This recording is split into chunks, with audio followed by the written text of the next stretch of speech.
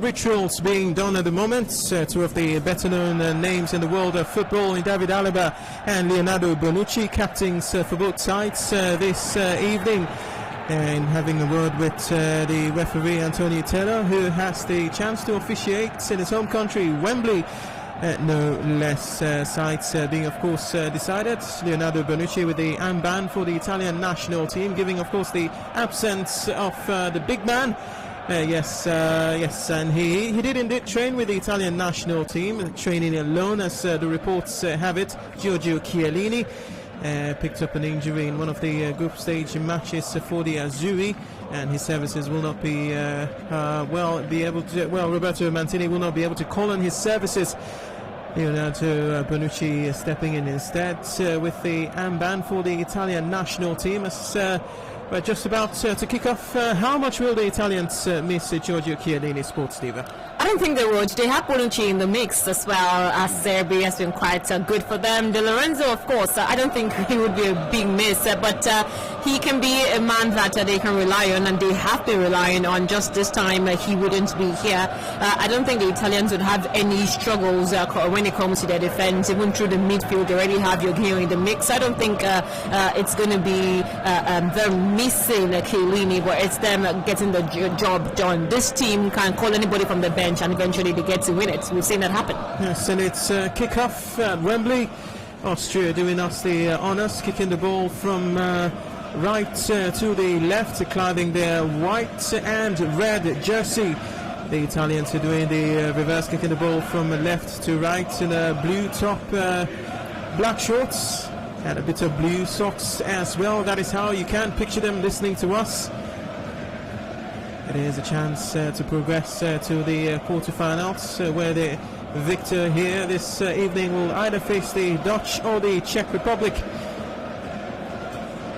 And it is Marko Arnautovic wrestling the ball away from the Italians. Now gives the ball to Real Madrid's David Alaba. Alaba would send the ball to the left-hand flank. It is the Austrians on the attack, cross into the box. And it's looked to just be guided away by Nicolo Barella, the number 18 for Italy. That seemed to have gotten into a bit of a tanglement with Marko Arnautovic. Marco's got to be careful. He has.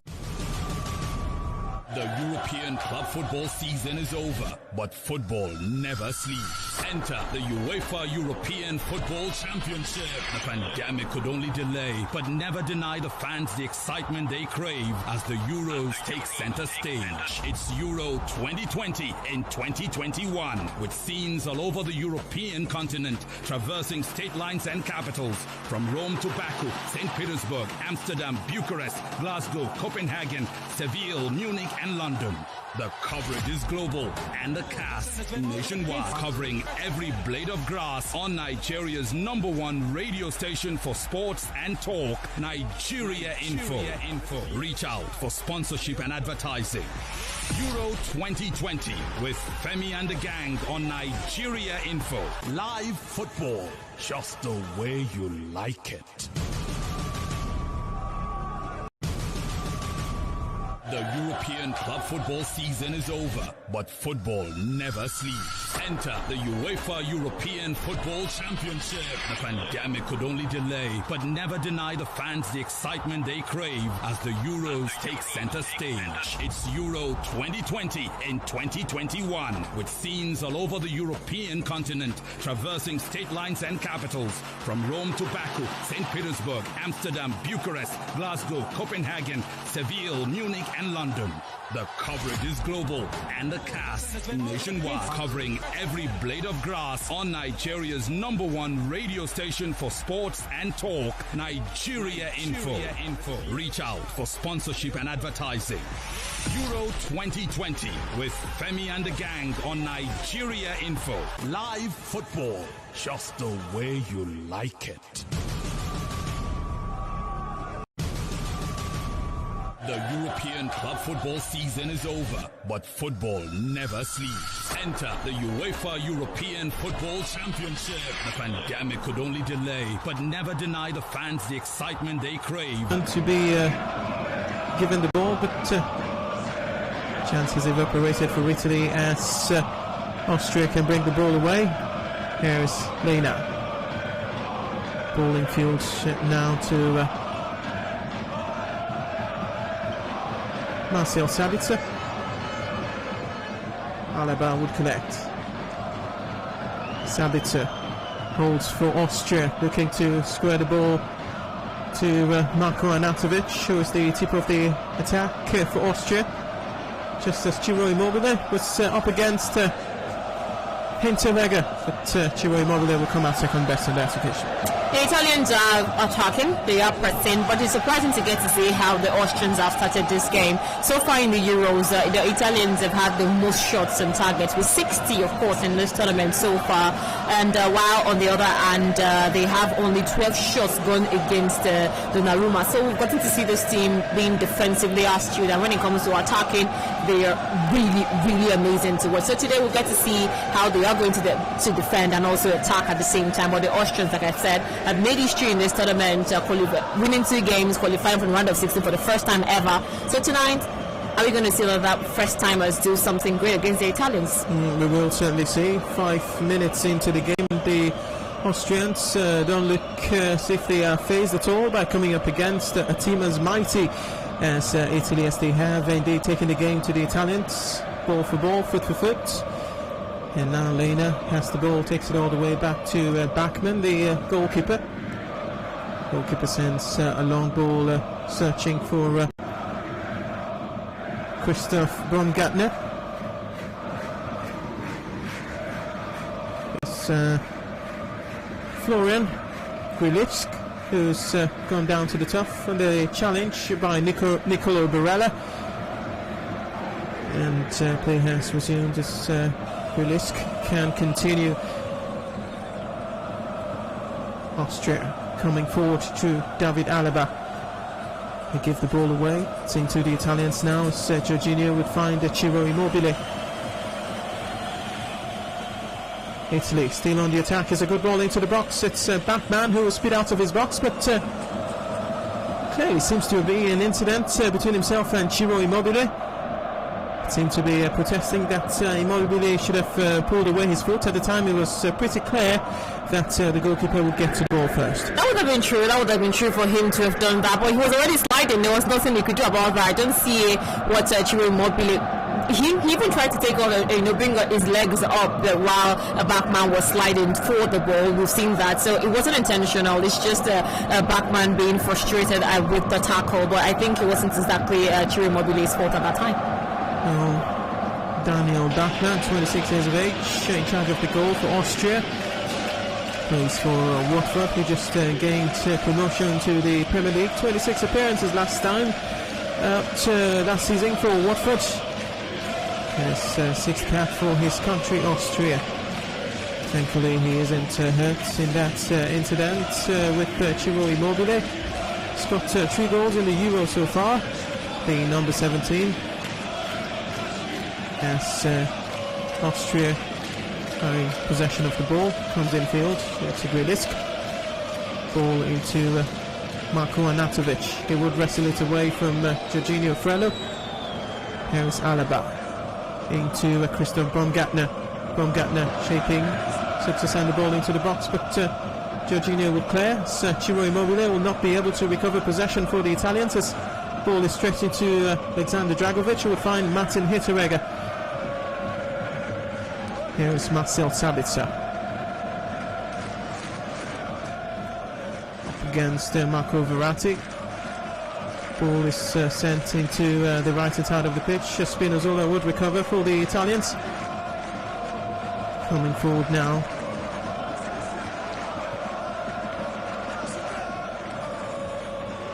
Brilliant play by Italy down the left-hand side as they are creating space for the attack. Insigne is in support, goes in field to Ciro Immobile. He's crowded out by the red and whites of the Austrians, but a bit of an inventive play from the Azzurri. I as expected, they are an attacking team, and we've seen that in this game in the first couple of minutes, and now 9 minutes already gone. They are still attacking with Chure Mobile, with Insigne, with also Barretti also attacking. We've also gotten to see Barretti initiating the attack from the midfield, so it's good enough that the Italians are attacking against the Austrians, but the Austrians have shown their resolve defensively. They've been able to mark their players or their markers. So right now, let's see if they can continue with how defensively Austria they've been against the Italians in the first couple of minutes. Thanks, Rega. Ball with the Austrians as the Italian attack fizzled away. Now here is Dragovic. Back to Backman, the number 30, and as well the goalkeeper for the Austrians. Vega can bring the ball away, sends it into midfield to find a great risk. Austria enjoying lots of touches in the opening 10 minutes. This ball is sent forward, looking for the pace of Baumgartner. The Italians would recover possession. Gianluigi Donnarumma has the ball in his 18-yard box. The goalkeeper sent it straight into Acerbi. Acerbi finds Marco Verratti. Verratti taking time on the ball. Of course, Jorginho is in support, so pointing to Spinazzola. Goes back into Acerbi. Acerbi back to captain on the day, Leonardo Bonucci. Bonucci searching for options, finds Jorginho, who gets the ball back to him. It's walking pace football for the Italians, but perhaps they can get underway with Di Lorenzo, looking to find Ciro Immobile.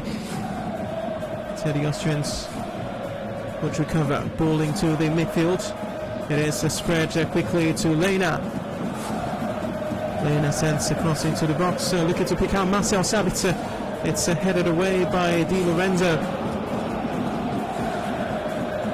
So Marco Verratti heads it into Insigne, who sets Spinazzola on his way. Spinazzola on the attack. Here is Italy coming forward. Nicolo Barella. Here is Berardi. The left foot of his, looking to shape to shoot. Didn't pull the trigger early enough, and it's Italy still in possession. Here they come, the Italians. It's a flash into the box. It's just gone wide from Spinazzola. Off his left foot, well in trouble backman, but Italy are coming quite close. They are getting quite close. We've seen Spinazzola make his first really good impression when it comes to running up the ball, getting the game, taking the games to the Italians, and we've gotten at the Austrians, and we've seen how they struggled. Spinazzola has been awesome when it comes to the left-hand flank. He's done pretty well helping the attacker for the Italians, and they looked good. Just that things are not working out in the middle of the park due to how Dragovic have been able to defend against them, and also his teammate Hinteregger. They've been doing really well when it comes to pairing against the attackers of Italy. Well, Leonardo Spinazzola, the AS Roma player, can be used as a left midfielder, as a wing back, as he is being deployed by Roberto Mancini for this encounter. Did join Roma from Juventus for 29.5 million euros in 2019. As it did close to a transfer to Inter Milan, but didn't go through as he failed his medical. Italy on the attack, the box of the Austrians. It's a good ball, looking for the arriving Marco Verratti. And now Austria can have an attack of their own. It's been sent forward now by David Alaba, speeding against the Italians. Alaba goes into Baumgartner. Into Marcel Sabitzer. There's Grealish arriving. Now Lena can take the ball back into Dragovic. Dragovic will find Hinteregger. Marcel Sabitzer on the far left hand side, back to his centre back, who will just send the ball across again to Dragovic. Now Lena can attack Italy down the right hand side. Lena with the ball into the box, it's headed away. Italy haven't managed to assert themselves in midfield, as it's been Austria for the past couple of minutes. Here is Schläger. Alaba in support. Alaba will whip the ball in, but it's blocked indeed by Giovanni Di Lorenzo. Austria take it through quickly. but a little bit surprising. Mid the midfield has been one of, if not Italy's main strong points through the Euros, but they are losing at the moment to the Austrians. The Austrians have been very confident in the midfield, and that's what they need to defeat. If they can't defeat the Italians, that's exactly what they need, the confidence, and they've shown that pretty well in the game. Oh, it's Insigne with his signature coil, looking to catch backman off his guards, looking to bend the ball past the goalkeeper's left, but couldn't quite get the width that he needed. As Alaba sends the ball back to Backman hoofs it away. Jorginho thought he had recovered, but it's a give and go at the moment. Austria themselves give it away. Here is Berardi, goes infield to Barella looking to sneak the ball into Ciro Immobile. It's well defended. Verratti can find Spinazzola to Lorenzo Insigne to Jorginho. Verratti back to Insigne.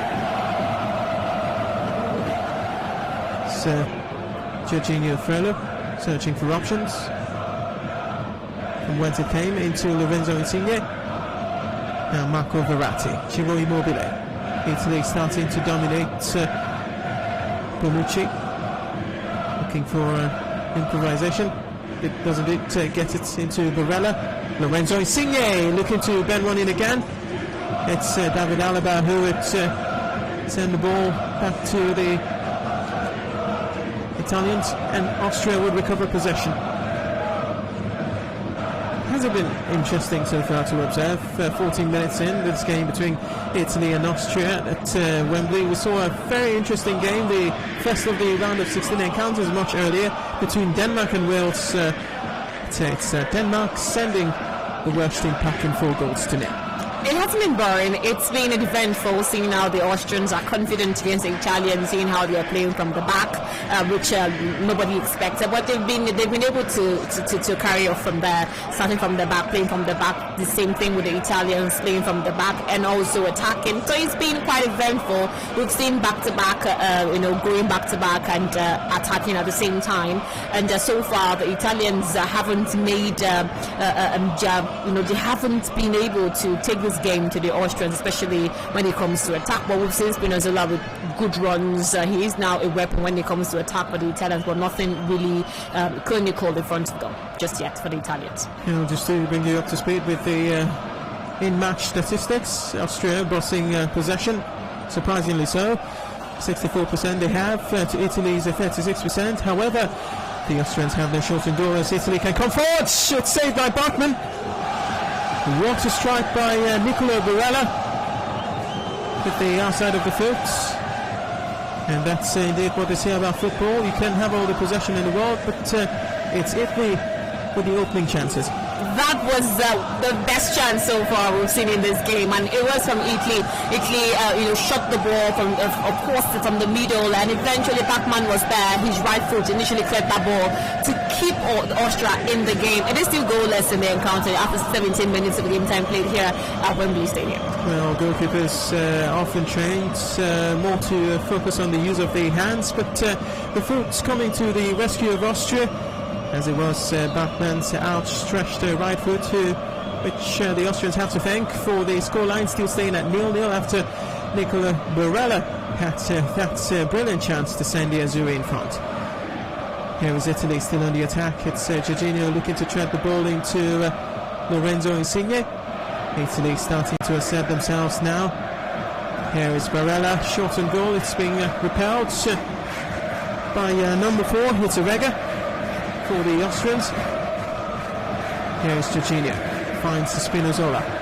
Italy just across the halfway mark in the half of the Austrians, attacking a lot through the left hand side. Spinazzola, Insigne as being the preferred path of attack for the Italians. And here is Marko Arnautovic giving the chase. Marko Arnautovic on the half volley. The Austrian number 7 couldn't quite trouble Gianluigi Donnarumma, but as far as the game is concerned, it's the first clear chance for Austria, Dockers. One of the best chances for the Austrians, but it was that man Marko Arnautovic who couldn't take it, who couldn't take the chance. But before that, we're looking at that particular chance again, which came from Barella. It was a really heated shot straight to the goalpost of the Austrians, but Bachmann was there. His right foot was just there. His reflexes was awesome against the Italians, and it helped keep Austria in the game. And just that after that, Marko Arnautovic initially had a shot to take, but it was just too high and didn't threaten Donnarumma in any way. Nicola Barella, 24 years of age, Inter Milan, of course. That's where he plays. Enjoying a good start to the game against the Austrians on the right-hand side of the Italian midfield. Marco Verratti's return to full fitness means Locatelli of Sampdoria will not be will not be able to enjoy a place in Italy's starting 11 for this encounter alongside Jorginho and Barella, which has indeed been quite productive. 3 wins out of 3 for Italy in the group stages. Wales, Switzerland and Turkey. Speaking about Barella's hit of Vega, has brought down the Italy number 18 with what looks a ferocious tackle, I have to say. Well, it looks that way, but they were both going for the ball. It's just that Interrega was quite late getting to the ball, and he had to bump into Barella, who fell and was holding his ankle. But now he's up, he's looking good, and the referee has given a free kick to Italy. If you're just joining us, this is 92.3 Nigeria Info's coverage of the round of 16, UEFA Euro 2020, Italy versus Austria, Wembley, and it is 20 minutes into the game. Italy 0, Austria 0. Austria with possession, Italy with the chances. Marko Arnautovic with the yellow. This is yet another free kick, this time Jorginho, the culprits, bringing down Grilisk, the number 10, saddled with creating alongside Sabitzer for the Austrians, not forgetting Javier Schlager. Here is David Alaba, marauding down the left-hand side of the defence and attack, depending on where he is for the Austrians. Alaba again, looking to find Marko Arnautovic. Jorginho would pick his pocket. Now Akebi can come forward. Akebi balling to the feet of Chelsea's Jorginho. He finds Marco Verratti. There's Italy still in possession. Jorginho at the heart of midfield, sends it to Berardi. Berardi back into his fullback, Giovanni Di Lorenzo. Well, fullback to another Spinazzola into Lorenzo Insigne. Verratti will find Spinazzola. Spinazzola looks to dribble his way down the left-hand side. Still Spinazzola. And looks, from the looks of it, Spinazzola wouldn't be getting the corner kick that he was hoping for. The last touch came off the Italian, and Austria would indeed be having a goal kick. And as you've quite rightly pointed out, Dockers, it is down the left-hand side that Italy are finding lots and lots of joy. Insigne, Spinazzola, the chief players creating those spaces down the left, trying to take advantage of Stefan Lena and the supporting Javier Schläger. And the Italian Spinazzola has been a force to reckon with from the left-hand side for Lema and Lena at the same time, Lena at the same time. They've been able to keep him at bay, but not entirely. He still pushes, he still presses, and starting to attack from the left-hand side, and he has been pretty good for the Italians this evening. Well, this is Italy's 10th Euro final tournament and the 7th in a row since sitting out the 1992 edition in Sweden. Only twice have they failed to advance through the group stages. That's in 1996 in England and 2004 in Portugal. Here they come with attack, balling to Nicolo Barella. Giovanni Di Lorenzo would find Barella. Barella is on the attack, looking to find his left foot. Does indeed to strike, but Lisk was paying attention. Italy still enjoying the ball. Spinazzola into Marco Verratti. Verratti is crowded out. Now Austria can come away with the ball. Could indeed decipher what the Austrians are trying to do, trying to unleash the pace of Marko Arnautovic. It's time they set foot on the ball, but Arnautovic hasn't quite been finding it easy, as you would expect. Sandwiched between Francesco Acerbi and Leonardo Bonucci.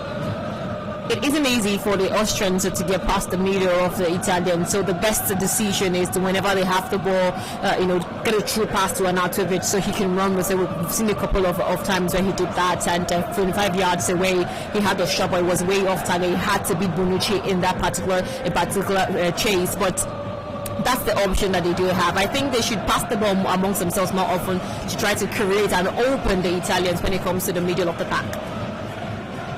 It's the Italians who have it now. It's Insigne back into his midfield to Spinazzola. Spinazzola would send the ball now to Marco Verratti, who isn't far away. Spinazzola is being pressured into taking the ball all the way back to Leonardo Bonucci as Italy's attack fizzles out, but they will try to make amends. It's a brilliant ball, so it appears, into Ciro Immobile. Immobile took all the time in the world to try to gather it, and that enabled David Alaba to retreat and collect. The danger still not averted for the Austrians, and for the troubles they give away a corner kick to the Italians of the boots of Alexander Dragovic.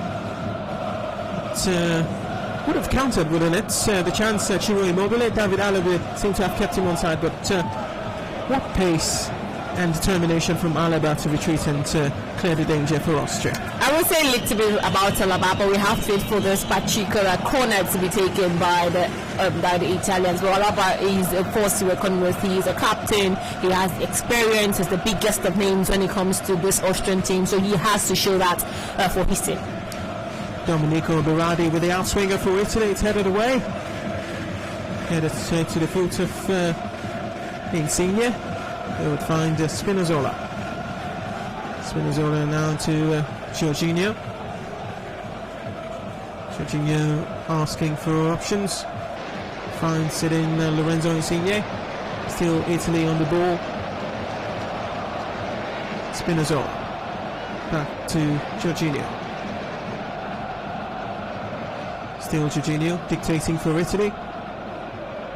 They were looking in once again to a charge down the left. Says brilliantly recovered now Arnautovic, and Austria on their counter attack is 3 against 2, looking to fit the ball into Arnautovic. The chance goes to waste. It's Konrad Neymar as the counter attack was on, looking to tread it past Leonardo Bonucci into Marko Arnautovic, but didn't quite have the precision to make it count, and Italy would survive.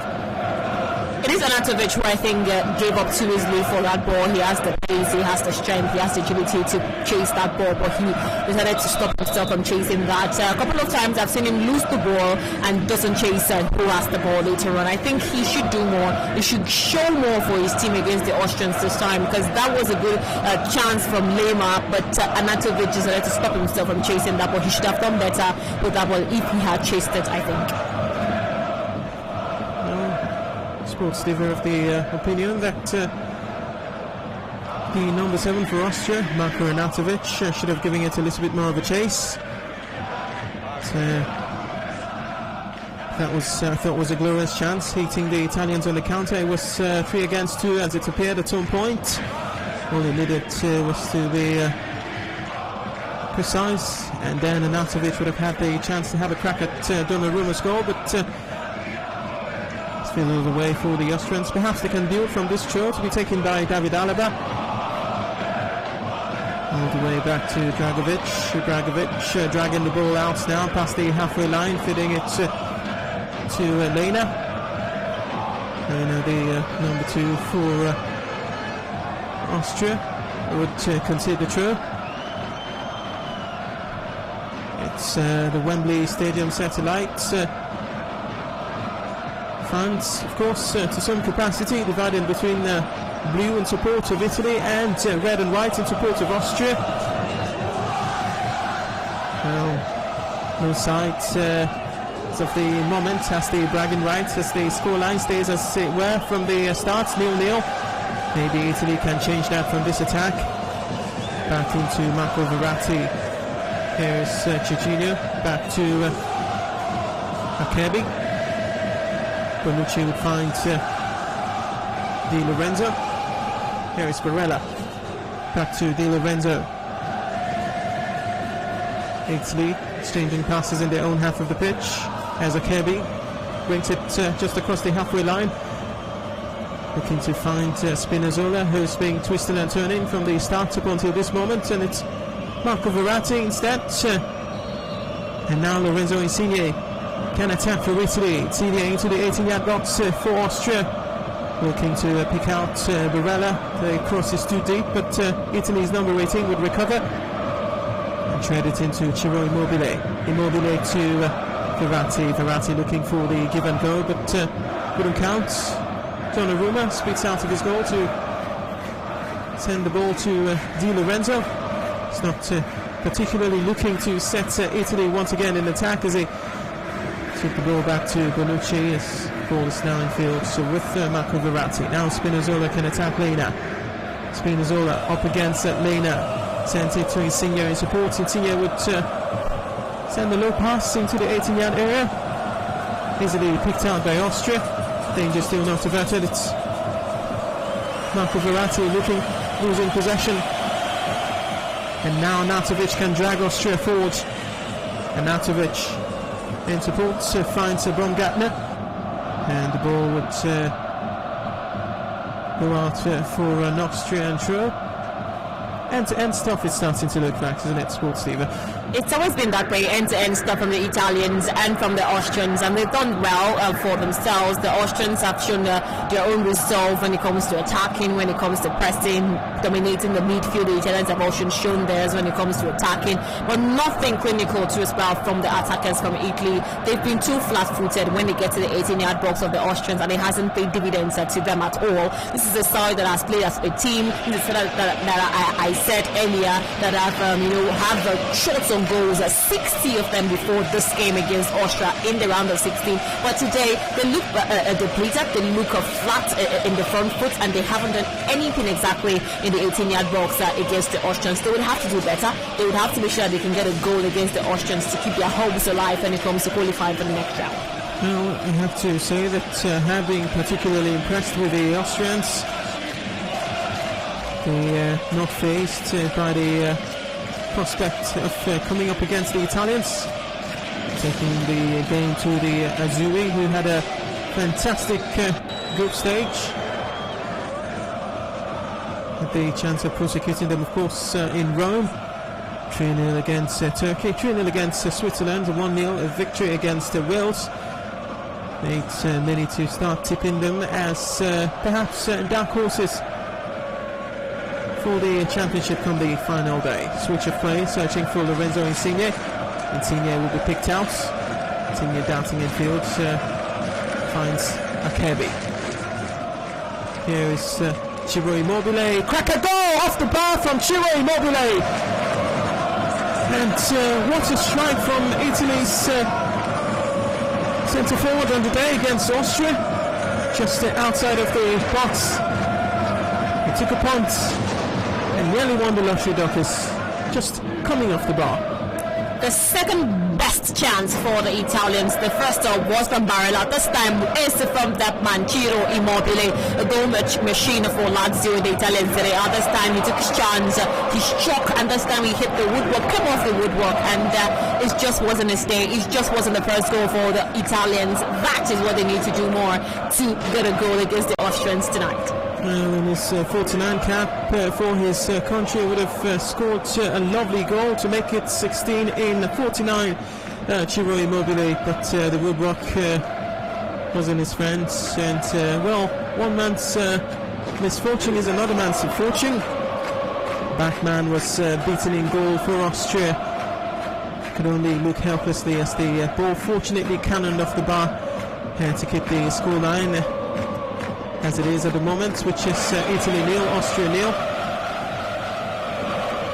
Here is Insigne. He's come all the way to his midfield, picks out Barella. Italy starting to level things up and the possession side of things. Typical of the man Jorginho to recycle things. Look to send Di Lorenzo on his way. Alaba will clear for Austria. Now Bonucci up against Marco Arnautovic. It's Bonucci, the Italian captain, winning the ball. Jorginho picks out Domenico Berardi. Berardi looking to find Ciro Immobile, who was up for a snapshot, but the Austrians were well and truly alert, but eventually the ball will be cleared, hoof top forwards, and it's Ciro Immobile yet again as we have a look at that wonderful chance of his right boot. But he was given lots and lots of space to turn and pick a spot, and nearly paid off for Immobile. Plenty of space. He had a lot of space. I think he made a pocket of space for himself in that particular one. That strike was just too beautiful, slightly to the right from the center, and he sent that ball straight. It was a shot on target for me, but it came off the woodwork once again, denying the Italians of a goal in this encounter against the Austrians. Now Alaba. Ball into Baumgartner. Now Austria can be on the way. Anthony Taylor points to the turf, indicating that Marco Verratti has indeed illegally brought down the number 19 for Austria. It's Julian Christoph Baumgartner. And it will be a chance for the Austrians to send whipping a free kick into the box of the Italians, off the left boot of David Alaba. Now of Real Madrid, of course, after several years in Germany with Bayern Munich. I expect normally a left full back, but with the departure of Sergio Ramos, you think it's locked into central defence as he whips the ball in. Headed away in the first instance by Spinazzola. Ball will trickle out for an Austrian throw. Austria will take the throw through Lena, the number 21. Lena asking for options. Stays on the right hand side, finds Marco Arnautovic, who is up against a sea of blue shirts, evades them all. It's a chance for a cross into the box. It's blocked off the air by Gianluigi Donnarumma. It's looks as though Christoph Baumgartner has come off worse of the challenge by Gianluigi Donnarumma, as we see Marco Arnautovic with a bit of trickery to evade Akebi and Spinazzola. Just as the cross came in. Well, that was Donnarumma's ball every day of the week. The number 21, 22-year-old as well for Italy. It was his ball, no doubt as to that. He just caught Baumgartner just slightly on his head. Who was in the space of Donnarumma at that time, and it was Donnarumma who came, his body at least his side, hit the head of Baumgartner, who's been attended to by the medical crew. Well, he looks okay. He's just trying to hold his neck and trying to weigh the pains that he feels at this point. But so far, so good from the Austrians. They've been so good. I have particularly enjoyed the midfield battle between the Italians and the Austrians. It's been fantastic to watch today. Going to see that replay again. The ball coming into the middle of the park for, of course, Baumgartner, who was there, but it was Donnarumma who raised the highest to get the ball, to embrace the ball, and came off from Baumgartner, who I told you earlier was being attended to by the medical. No, it's things you could point to and say the inconsistency in the referee's application of the rules of football. It was La Horse in the game between Portugal and France, giving Portugal the penalty for something quite similar. Hugo Lloris trying punching the ball out, but catching the Portuguese player in the process. Well, that you could say was a collision, like his hand punch the ball and also punch the head of Danilo. This is different. This is like Donnarumma already high on the air, already catching the ball. And while he was doing that, he slightly bumped into Baumgartner. So it's slightly different for me, if you ask me. I don't think there's an essential difference. Hugo Lloris had punched the ball away and before catching the Portuguese player.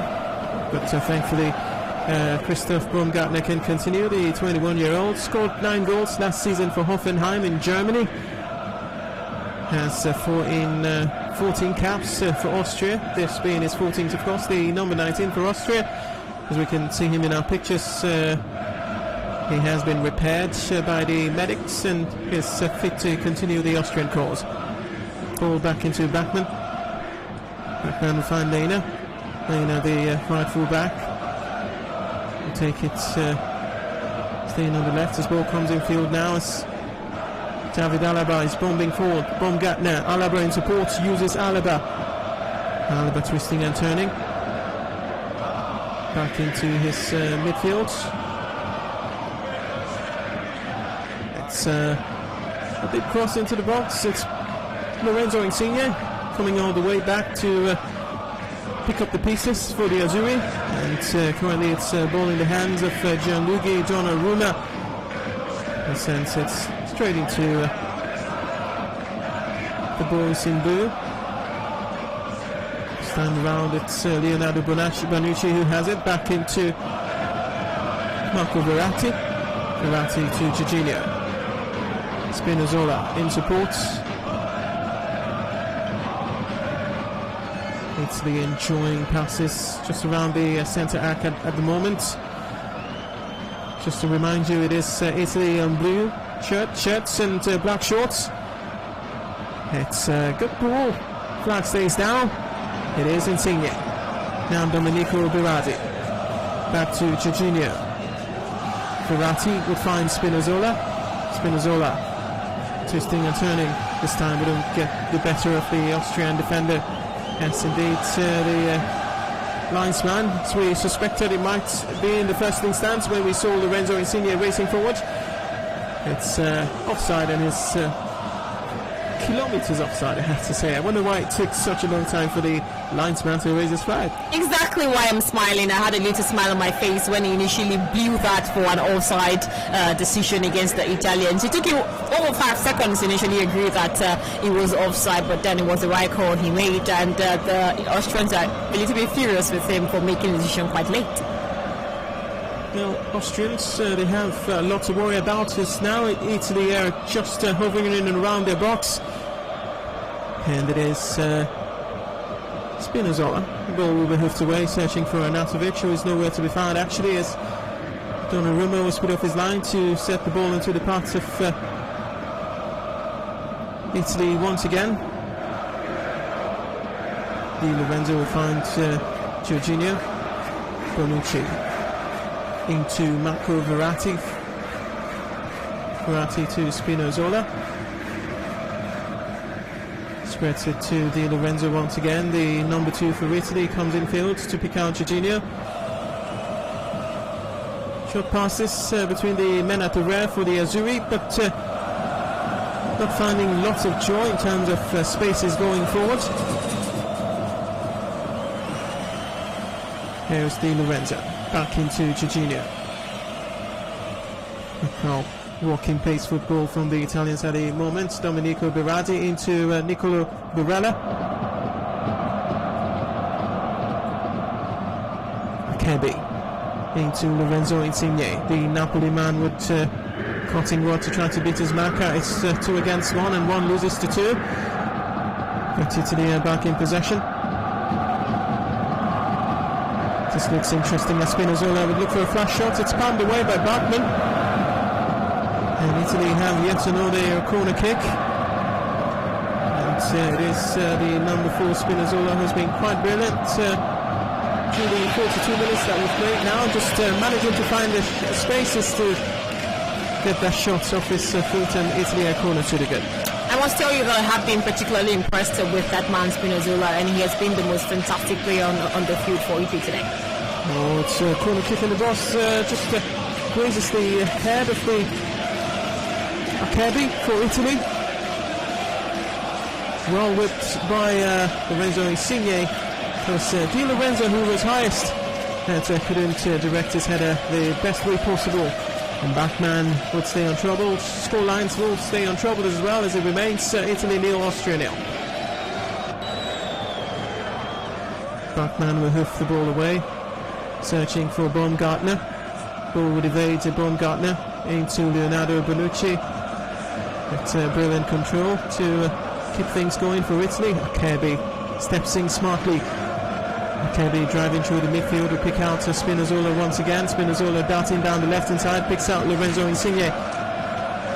Insigne to Jorginho. Brilliant ball into the box by Jorginho to find Insigne, looking to set it down for Spinazzola.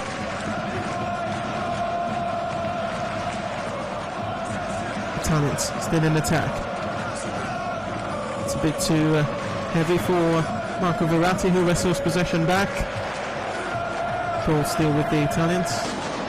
To Insigne, back to Acerbi. Acerbi to Jorginho. Calling for it is Di Lorenzo. Di Lorenzo would get it. Di Lorenzo would control and set it into Domenico Berardi. Berardi on his left foot finds Jorginho. Italy now laying siege on the Austrian half of the pitch. Marco Verratti. Verratti driving through the midfield, staying strong to send the ball to Acerbi. He stepped all the way forward. Insigne, long grasping ball to the right hand side to pick out Domenico Berardi. Berardi up against David Alaba. Now Italy still in control. It's Barella, sends it to Spinazzola. Okay, Spinazzola inroads, not found forwards. And Austria would give away the free kick as we are into 1 minute of added time at the expiration of the first 45. And it is Anthony Taylor entertaining the complaints of the Austrian players, who of course have something to complain about. Marko Arnautovic going up against Spinazzola and giving away the free kick. And Spinazzola is still down on the turf, and Arnautovic has got to be really careful. Picked up a yellow card in the very first minute for a reckless foul, and here he is again. And Spinazzola still down on the turf. Just a clear indication that wasn't a slight impact at all from the number 7 for Austria, Marko Arnautovic. Lucky for Arnautovic, he wasn't given a second yellow card. That would have been disastrous for the Austrians, who I think have been fantastic in this game against the Azuris. They've been quite sublime to what Dragovic has been wonderful.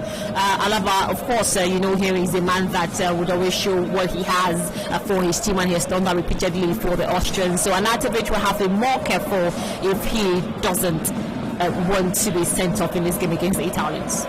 No, could have a lot on his mind at the moment, as Italy are about to take the free kick that he had given away. It is ball sent in by Domenico Berardi, searching for Acerbi. Would it be a second sport kick on the bounce for Italy, or is it indeed half-time? And so indeed it is half-time at Wembley between Italy and Austria. End-to-end stuff for most parts. The Austrians, of course, not shirking by any means.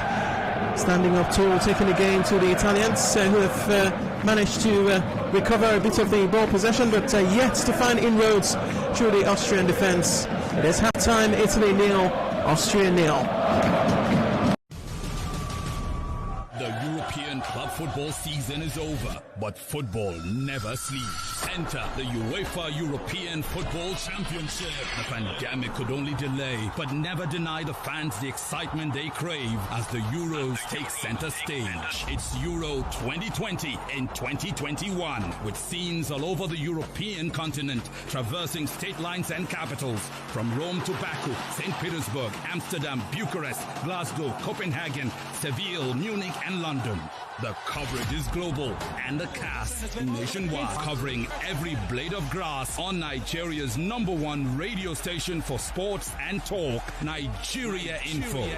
Reach out for sponsorship and advertising. Euro 2020 with Femi and the gang on Nigeria Info. Live football, just the way you like it.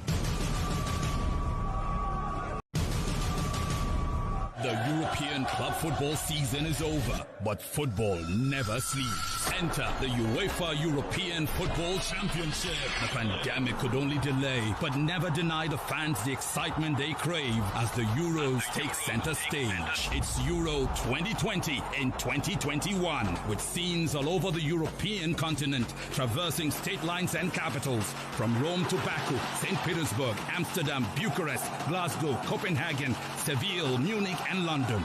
The coverage is global and the cast nationwide, covering every blade of grass on Nigeria's #1 radio station for sports and talk, Nigeria Info. Reach out for sponsorship and advertising. Euro 2020 with Femi and the gang on Nigeria Info. Live football, just the way you like it. The European club football season is over, but football never sleeps. Enter the UEFA European Football Championship.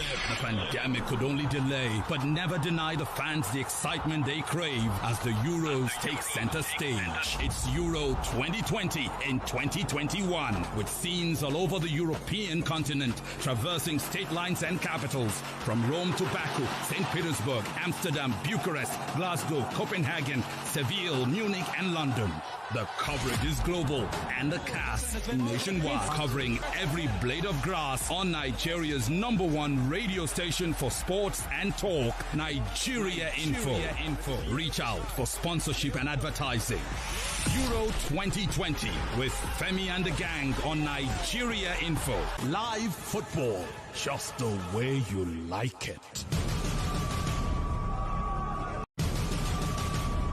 The European club football season is over, but football never sleeps. Enter the UEFA European Football Championship. The pandemic could only delay, but never deny the fans the excitement they crave as the Euros take center stage. It's Euro 2020 in 2021, with scenes all over the European continent, traversing state lines and capitals, from Rome to Baku, St. Petersburg, Amsterdam, Bucharest, Glasgow, Copenhagen, Seville, Munich, and London. The coverage is global and the cast nationwide, covering every blade of grass on Nigeria's #1 radio station for sports and talk, Nigeria Info. Reach out for sponsorship and advertising. Euro 2020 with Femi and the gang on Nigeria Info. Live football, just the way you like it. The European club football season is over, but football never sleeps. Enter the UEFA European Football Championship. The pandemic could only delay, but never deny the fans the excitement they crave as the Euros take center stage. It's Euro 2020 in 2021, with scenes all over the European continent, traversing state lines and capitals, from Rome to Baku, St. Petersburg, Amsterdam, Bucharest, Glasgow, Copenhagen, Seville, Munich, and London. The coverage is global and the cast nationwide, covering every blade of grass on Nigeria's #1 radio station for sports and talk, Nigeria Info. Reach out for sponsorship and advertising. Euro 2020 with Femi and the gang on Nigeria Info. Live football, just the way you like it. The European club football season is over, but football never sleeps. Enter the UEFA European Football Championship. The pandemic could only delay, but never deny the fans the excitement they crave as the Euros take center stage. It's Euro 2020 in 2021, with scenes all over the European continent, traversing state lines and capitals, from Rome to Baku, St. Petersburg, Amsterdam, Bucharest, Glasgow, Copenhagen, Seville, Munich, and and London. The coverage is global and the cast nationwide, covering every blade of grass on Nigeria's #1 radio station for sports and talk, Nigeria Info. Reach out for sponsorship and advertising.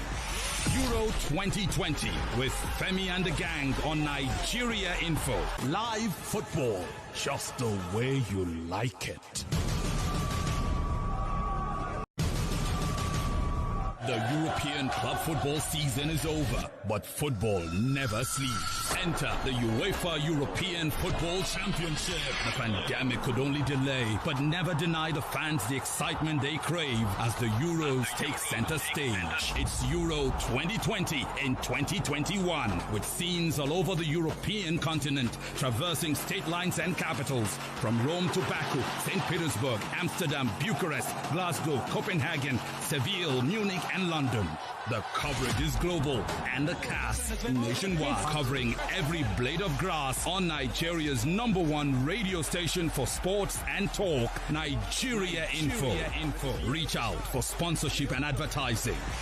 Euro 2020 with Femi and the gang on Nigeria Info. Live football, just the way you like it. The European club football season is over, but football never sleeps. Enter the UEFA European Football Championship. The pandemic could only delay, but never deny the fans the excitement they crave as the Euros take center stage. It's Euro 2020 in 2021, with scenes all over the European continent, traversing state lines and capitals, from Rome to Baku, St. Petersburg, Amsterdam, Bucharest, Glasgow, Copenhagen, Seville, Munich, and London. The coverage is global and the cast nationwide, covering every blade of grass on Nigeria's #1 radio station for sports and talk, Nigeria Info. Reach out for sponsorship and advertising. Euro 2020 with Femi and the gang on Nigeria Info. Live football, just the way you like it.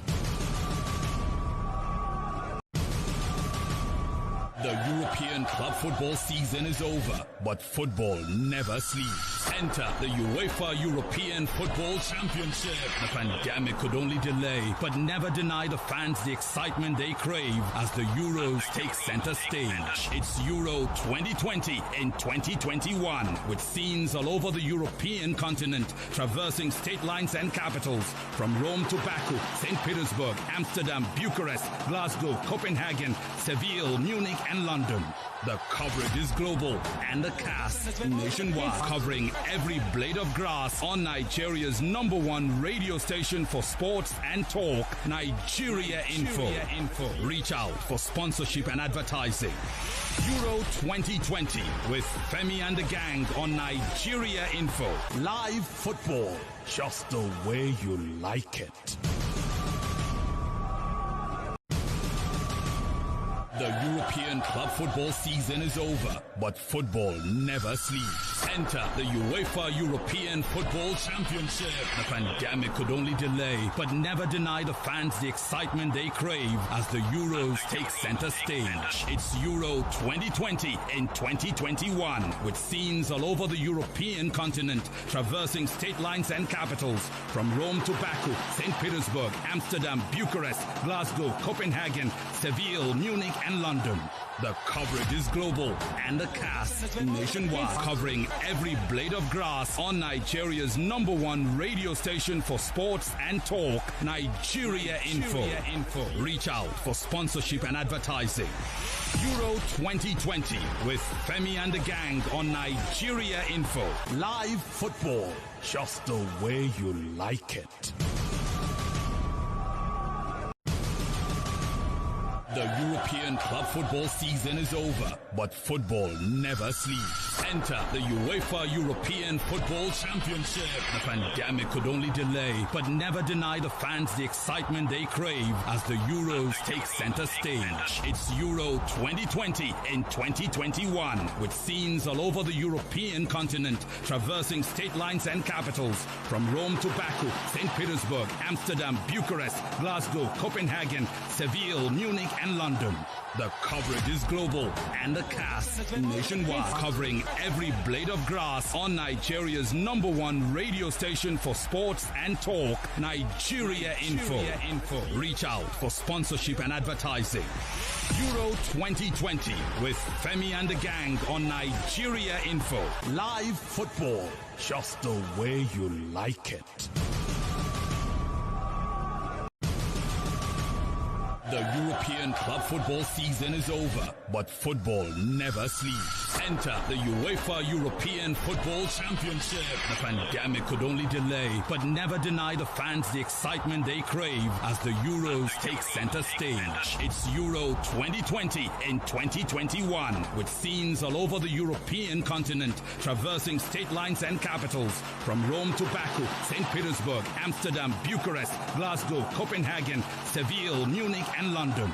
The coverage is global and the cast nationwide, covering every blade of grass on Nigeria's #1 radio station for sports and talk, Nigeria Info. Reach out for sponsorship and advertising. Euro 2020 with Femi and the gang on Nigeria Info. Live football, just the way you like it.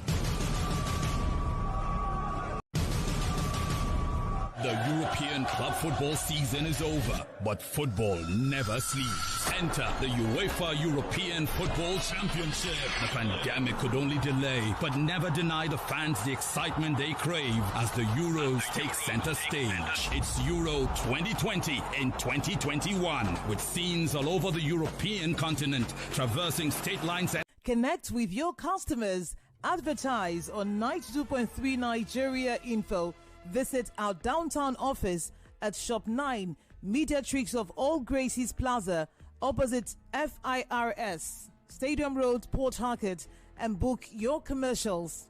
Call 0817 001 8162. That is 0817 001 8162. And let us connect you to your customers. Connect with your customers. Advertise on 92.3 Nigeria Info. Visit our downtown office at Shop 9, Mediatrix of All Gracies Plaza, opposite FIRS, Stadium Road, Port Harcourt, and book your commercials. Call 0817 001 8162. That is 0817 001 8162. And let us connect you with your customers. Advertise on Night Soup at Shop 9, Mediatrix of All Gracies Plaza, opposite FIRS, Stadium Road, Port Harcourt, and book your commercials. Call 0817 001 8162. That is 0817 001 8162. And let us connect you to your customers. Connect with your customers. Advertise on 92.3 Nigeria Info. Visit our downtown office at Shop 9, Mediatrix of All Gracies Plaza, opposite FIRS, Stadium Road, Port Harcourt, and book your commercials. Call 0817 001 8162. That is 0817 001 8162. And let us connect you to your customers. Connect with your customers. Advertise on 92.3 Nigeria Info. Visit our downtown office at Shop 9, Mediatrix of All Gracies Plaza, opposite FIRS, Stadium Road, Port Harcourt, and book your commercials. Call 0817 001 8162. That is... Well, second half just about to commence. Sides have been changed. It is the Italians now kicking the ball from the right to the left. Yes, and Ciro Immobile gets us on the way as the Austrians are now chasing, kicking the ball as well from now this time from left to right. Let's see, Italians looking to force the conversation. Austrians might have had quite a lot of the ball in the first, but in the end it was Italy edging it by just 4%. Lots of shots on goal, but just 2 on target. And they will be looking to do at least one better than they did in that instance in the second half. Here's Marco Verratti. Finds Akebi. Here's Lorenzo Insigne up against Tree, loses the ball. The Austrians thought they will be able to bring it forward. It's a bit of a grudge match in midfield. And now at least, also I thought the Italians would have it, but certainly they would now, as Anthony Taylor is given the free kick in the favour of Marco Verratti, who was brought down on the turf. An indication of how the first half is going to look like, quite feisty in the opening few minutes. Of course, the second half is expected to heat up with two sides coming into the second half to try to get goals for themselves. The goals need to come early if they need to keep their confidence alive to see who will qualify for the next round of the competition. True for Italy. Di Lorenzo was straddled to the far right inside to take. Italy number 2 looking to tip the ball and run past David Alaba. Doesn't happen a lot of times, and wasn't to be even at that occasion. As Austria can get a chance to have a throw of their own, as Roberto Mancini is looking on, gauging the execution of the instructions he must have given to the Italy players to the locker room at half-time. It is Italy who have to chase at the moment. As at the time Austria were in possession, but now the Italians have it. Here is Ciro Immobile in space. Domenico Berardi and Barella are in support.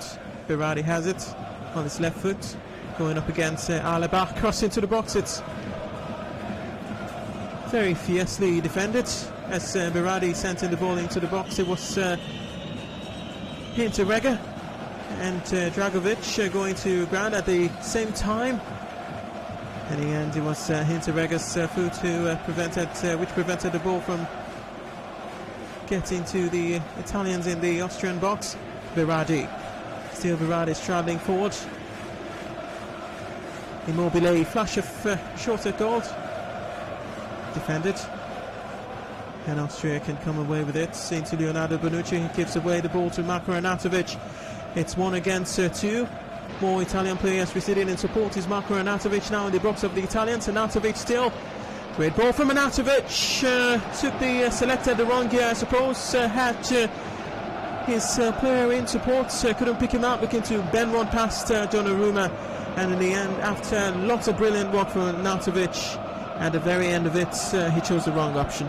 Good option for Arnautovic to run with the ball, but he had 2 defenders in front of him, even 3 in front of him to get past, and he made the wrong choice. I was trying to point out that he had a teammate just behind him, which he would have dropped the ball for, and that would have been a goal, but he decided to send the ball to the right. But this time there was no one there from Austria who would be able to slot the ball into the back of the net. Well, it's since a bit of a mayhem at the moment, just at the front of the Italian box. Oh, it's the referee who has given a free kick, the Italians. Alright, and there's a challenge of Baumgartner by Di Lorenzo. Worthy of a free kick, isn't it? Wonder why the Italians are protesting. And indeed, Di Lorenzo would get a yellow card for his protestation. As now Austria would have an early chance to have a crack at Donnarumma's goal via the free kick spot in a very appetizing position.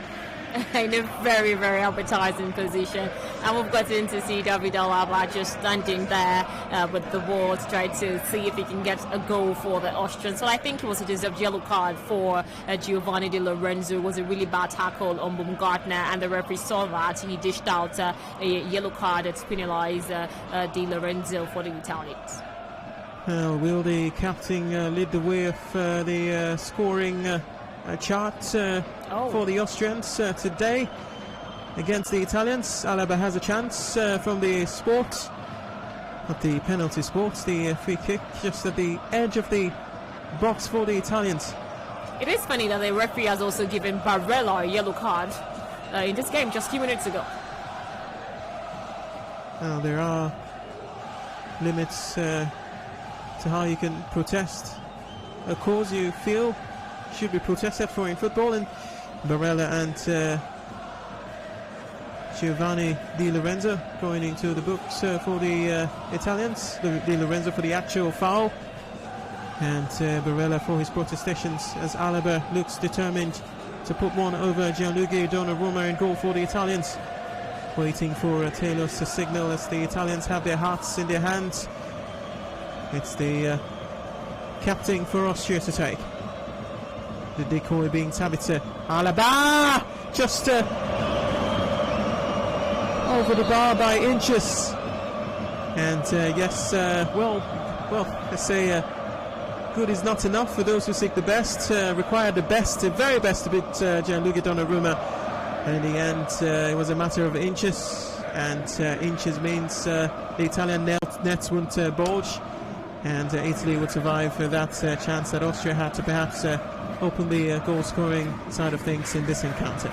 Alaba misses a target, but I think it was a well-taken free kick for the Austrian. He did quite well, but it was just inches off the goalpost. It would have given them the first lead in the game, but it wasn't enough for the Austrians to take a lead against the Italians. Now Austria growing in confidence, taking the game yet again to the Italians. It's about 8 minutes since the resumption of the second 45. Playing quite confidently. Ball is into the midfield to the risk, and the intention to pick out Lema down the right hand side wouldn't work out as the ball went out, and Italy now have a throw-in taken by Spinazzola in touch of Lorenzo Insigne. Now Arnautovic would get the ball brilliantly into the feet of Sabitzer. And Austria with a chance. It's Giovanni Di Lorenzo down on the turf, screaming in pain. Italians asking Anthony Taylor for a yellow card for Baumgartner, but the Englishman is waving his head in disapproval. And indeed, it was, yes, indeed, went to ground. Was a foul, but not enough for a yellow. Do you agree that Baumgartner escapes without a booking? I agree. Yes, of course, he fouled Di Lorenzo, but it wasn't enough for the referee to discharge his yellow card for Baumgartner. I remember those two were involved in an incident earlier, but which saw Di Lorenzo being yellow carded for the foul against Baumgartner. Maybe that's why the Italians are protesting for a yellow card. Di Lorenzo finds Barella to Domenico Berardi. Berardi back to Di Lorenzo. Di Lorenzo takes the ball into his midfield to Jorginho. Now Marco Verratti. Insigne to Acerbi. Acerbi to Spinazzola. Spinazzola takes it to Insigne. And Spinazzola looking to fire at Bachmann's goal. So vehemently repelled. Italy still with the ball. Acerbi back into Gianluigi Donnarumma, who's taken an awful lot of time to get hold of the ball as he was going towards his goal actually. Quite a show of confidence, a bit risky. Acerbi. Marco Verratti will lose out on it, and the Austrians who have a throw just at the half of the Italians. 21 Lema will take. Lema. Still Lema. Italy can break away. Spinazzola, and it's Sabitzer. Showed his brilliance on the defensive side of things. The RB Leipzig midfielder. It's his danger not averted. Verratti would set Lorenzo Insigne on his way. Insigne squares the ball now into Domenico Berardi. With all of his experience, David Alaba, who was returning to defend the course for Austria, just sends the ball into the corner kick. Much better from Italy. Spaces opened up for them, and they nearly exploited it to the fullest. They nearly did. They nearly did. It would have been a lovely goal for the Italians. Once again, it is that man Insigne who spotted a chance. He was trying to get the ball across to Berardi, but it wasn't. It didn't get to him. It was David Alaba who sensed the danger and initially cleared the ball for Austria to be, level at this time. Berardi's corner kick found the head of Leonardo Bonucci, but headed it high and wide. The captain for Italy on the day was up against Hinteregger. Did indeed climb higher than Hinteregger to get the header, but as it's been with much of the attack in this game, lacked the precision to get the ultimate result he would have been hoping for. Leonardo Bonucci. Now it's first responsibility to get goals.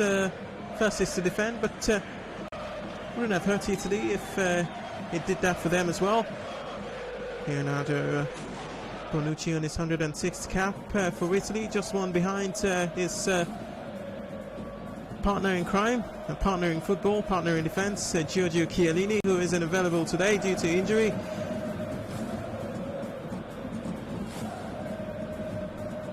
Italy in possession. Jorginho looking to tread it into Barella. It was Hinteregger staying strong. A physical mismatch. Barella up against Hinteregger. And Hinteregger uses his massive body to good use, shielding the ball as it just goes away. For a goal kick for Austria, as the Italian gladiator in the stands is looking on Koki. He doesn't look like a gladiator. If you know what a gladiator is, they're usually quite big and quite bold and bulky, but he wasn't. But yeah, he was dressed like a gladiator. Yeah, well, he is dressed for the occasion. Yeah, he is dressed for the occasion. Straight out of the arena. Here they come, Austria. Just bits and pieces of it lacking, really. The quality needed in the final third was lacking on that occasion, as Lema was marauding forward. Chance opened up for the Austrians down the right hand side of attack, and it's fizzled away. Giovanni into Barella. Austria win the battle in midfield, sets it into Marcel Sabitzer. Sabitzer will find Grilisk. Grilisk into Hinteregger. Hinteregger turns and returns the ball to his goalkeeper Bachmann. Barney Bachmann sends it out to 21 Lema. It's given away the free kick, throw in I suppose, and Insigne takes it quickly into the part of Akebi. Akebi finds his partner at central defence, Leonardo Bonucci, as the Italians are coming away with the ball in the midfield area through Jorginho. Jorginho goes to his right to pick out Di Lorenzo back to Jorginho. Now Bonucci has it. Bonucci sends it just 5 yards into Verratti, who runs a little bit with it now. Barella. Jorginho, suppose. It's Jorginho pointing to where the spaces should open up for him. Now it is indeed Barella. Italy on the prowl. Barella racing forward. Barella looks to drive through and get the cross into the box, but ran out of pitch. And consequently, it's Austria who would have the goal kick. It is Austria who has done well defensively. Grilic has done quite well for the Austrians defensively. Hinteregger has also done well. Dragovic has done well. They've been able to keep those threats away by the Italians, and the scoreline has been even here since the first half. And the second half, we've seen that continue from where they stopped in the first half. 50 or 60 minutes of game time played here is still goalless at the Wembley Stadium in London. Wembley holding this spectacular event. The second game in the round of 16 of the UEFA Euro 2020, happening of course in 2021. And the latest is that Wales have been sent packing by a brilliant Denmark, who routed them 4-0. Seems to have put the Eriksen incident well and truly behind them, in terms of being negatively affected by it, of course.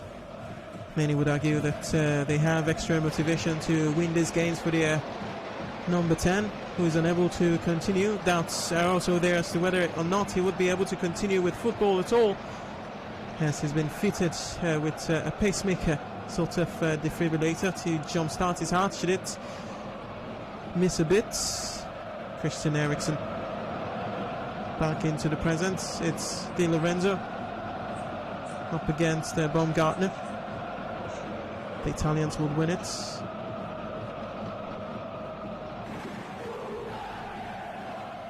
Akebi letting it roll to Donnarumma. Donnarumma will find Spinazzola. Spinazzola will find Akebi. Akebi sends it long. Immobile would head down. Now Jorginho can set the Italians yet again on their way in an uncharacteristic fashion. He misplaces the pass, looking to find Lorenzo Insigne. Austria with the throw, which they have taken. Grealish all the way back to Bachmann. Bachmann, long ball forward, searching for Lema. Konrad Lema attacking. Wouldn't trouble Akebi, who sets it into Spinazzola. Now Insigne stays strong to find Jorginho. Evades the tackle from Grealish. Italy still on the ball, lose it to the Austrians. Austria gaining a lot of confidence. Sabitzer strikes a goal. It's came off the foot of Leonardo Bonucci, but wouldn't catch Donnarumma in a way that he would, of course, wouldn't like. In the end, it wasn't a deadly deflection from Bonucci. He actually ended up diverting the ball from goal into the corner kick. Well, Austria still has a corner kick. Alaba to take. The Italians have not gone scot-free from the string of attacks from the Austrians at the moment. Sponged away by Donnarumma. Ball back into the box, headed away by Berardi. It's Marko Arnautovic. Well, he was shaping up for a venomous strike. Ended up being a very tame effort straight into the arms of Gianluigi Donnarumma, who would pick up quite easily. A well taken corner by David Alaba. At this time, the hands of Donnarumma struck that. It struck that, but initially it went also to the foot of the Austrians again, and Arnautovic took a shot, but it was as a weak ass, and it wasn't just enough to put the Austrians ahead of the Italians. Well, we're just 2 minutes past the hour mark. It is still Italy 0, Austria 0. Well, both sides on paper weren't matched coming into this game, but indeed the Austrians have done a good job so far of keeping the Italians at bay. As we see some movement to the Italian bench, you can spot Locatelli receiving instructions from one of the assistants to Roberto Mancini. Well, Italy have the chasing to do now, as it's Austria in possession. Hinteregger to Dragovic. Lena. Dragovic dragging Austria forward. Shaw misplaces the pass, and now Berardi can set the Italians on their way. It's Dragovic into Vega. Partnership stays strong yet again for Austria. Oh, and the referee waves play to continue, even as the Italians thought Insigne had been fouled. It's Alaba into Sabitzer. Sabitzer infield. Austria still in possession. Lena in supports the 21 for Austria. At the edge of the Italian box. Still Lena. Lema is in support. Goes long, looking to pick out his captain. Alaba would indeed head. Looping header! And against the run of play for much of the game, it's the Austrians who have taken the lead. And we're in for a possible shock in this round of 16 encounter at Wembley. 64 minutes. Marko Arnautovic get Austria on the way. It is Austria 1 and Italy 0 at the moment. It is shocking. I am shocked. That's why I couldn't speak at my turn. But it is really wonderful to get to see the Austrians taking the lead against the Italians. The Italians are shocked they are confused as to how the goal went to the back of the net. Donnarumma could absolutely do nothing about that, but it was a really good ball coming from, of course, Lena. I think it was Schlager who sent the ball into the middle of the park, got to the head of David Alaba. Alaba headed the ball straight on to that man in front, in Marko Arnautovic. He was unmarked, and it was also Donnarumma who was trying to go against that man Arnautovic, but Arnautovic had just did the wonders, did the magic for Austria, put them ahead against the Italians. 1-0 it is for the Austrians here in Wembley. Well, Marko Arnautovic wondering if the celebration has to be paused a little bit. Still no clear indication what the video assistant referee has had to say concerning the goal. Of course, still being reviewed. Well, these days in football, you score, you celebrate, and sometimes have to just wait a little bit longer to confirm the validity of your celebrations. And that is, of course, what's going on at the moment, as Anthony Taylor is having a word with the video assistant referee. So we're having the goal check at the moment. As it stands, if it indeed stands, and Austria, at least momentarily, would be shocking the world of football by daring to go in front of Italy in a game that was given to the Italians by the bookmakers. It's a goal check done, and Marko Arnautovic's name wouldn't be registered as a goal scorer in this encounter, and the goal has been chopped off for offside. And from the pictures that we saw, and yes, he was indeed offside as the ball came off the head of David Alaba, as we see it yet again. Might be slight, but slight or not, an offside is an offside. Right call by the VR. Right call. Marko Arnautovic was slightly offside. The ball came off David Alaba's head, but found an offside Arnautovic, and of course, video stand referee once again has made the right call. Well, we'll see which Sabi side still attacking for Austria. Long range efforts from the number 9 who plies it straight in Germany for RB Leipzig. It's a little bit wayward. We have seen him do better, but what kind of effect will that goal, which of course will not now stand, have on the both teams?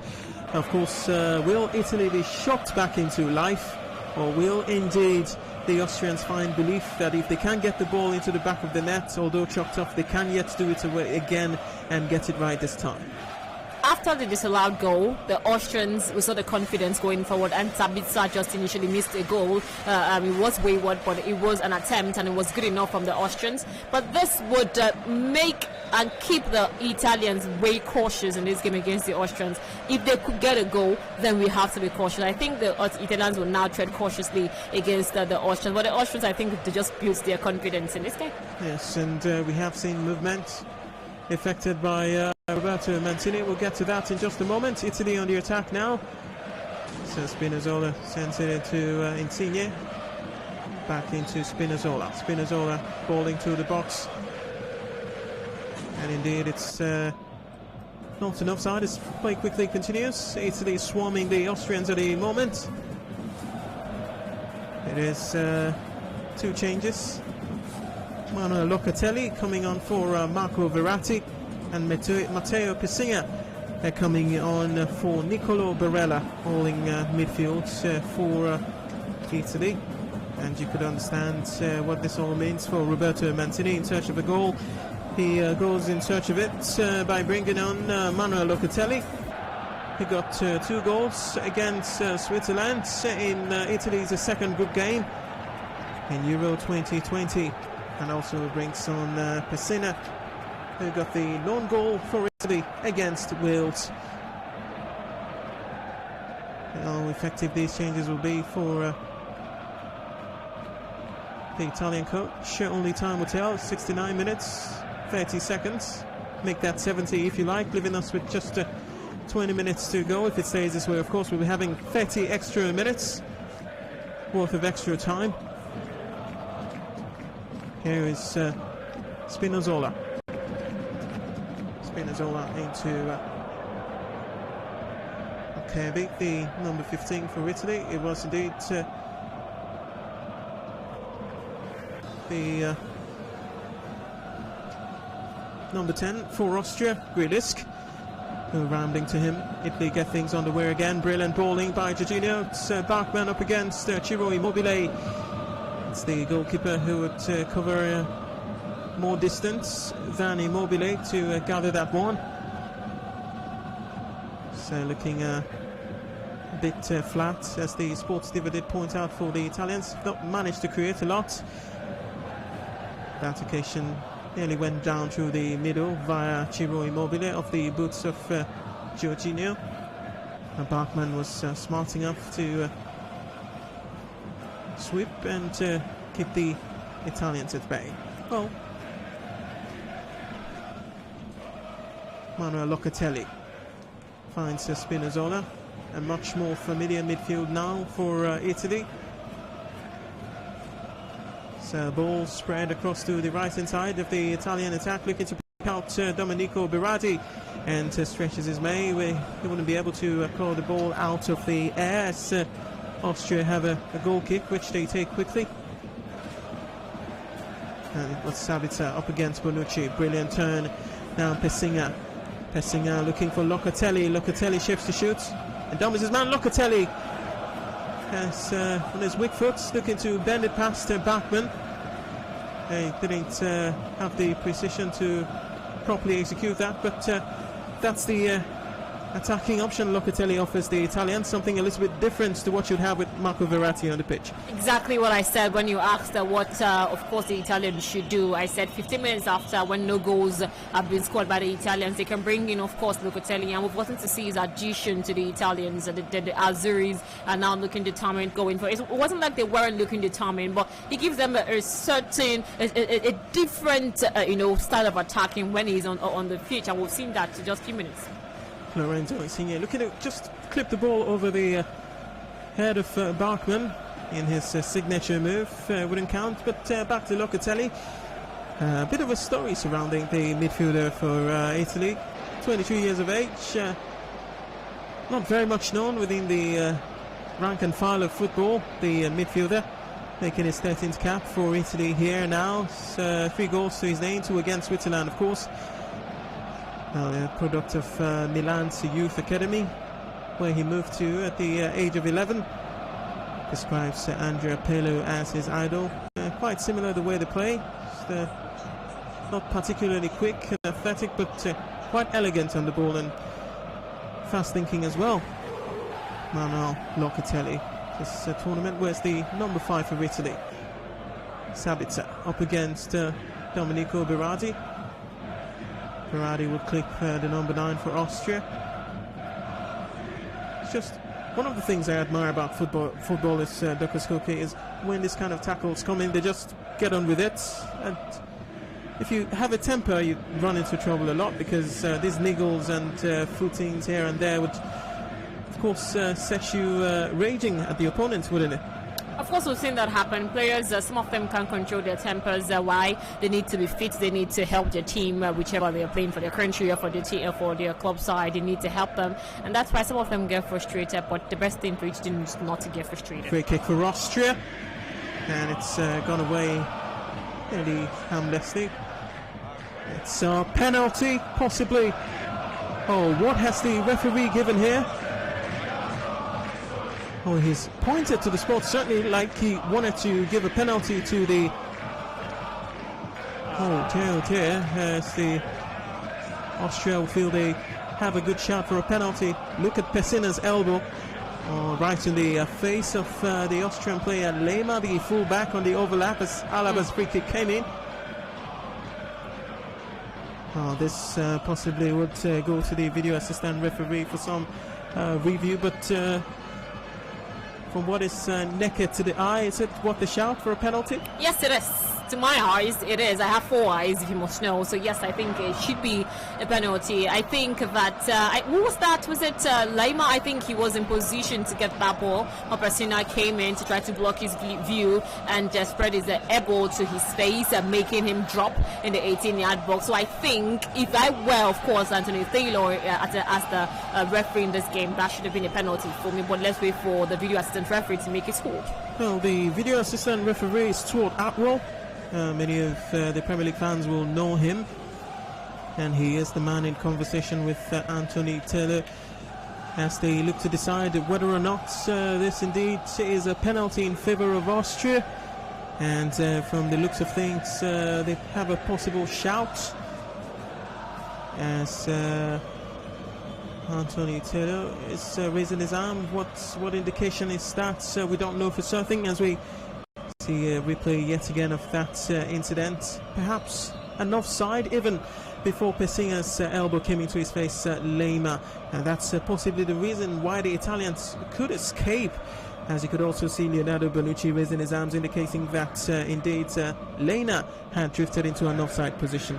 Yes, video assistant referee looks like it has made the call, and it was for offside. So yes, the Italians save once again from the Austrians, and now they are going to see if they can get the first goal of the encounter after so many threats from the Austrians. Certainly eventful in many ways for a game that has seen 75 minutes of it being a goalless scoreline. Now Locatelli into Acerbi. Number 5 for Italy. Locatelli sends it back to his captain Leonardo Bonucci. Bonucci sprays the ball casually into Giovanni Di Lorenzo.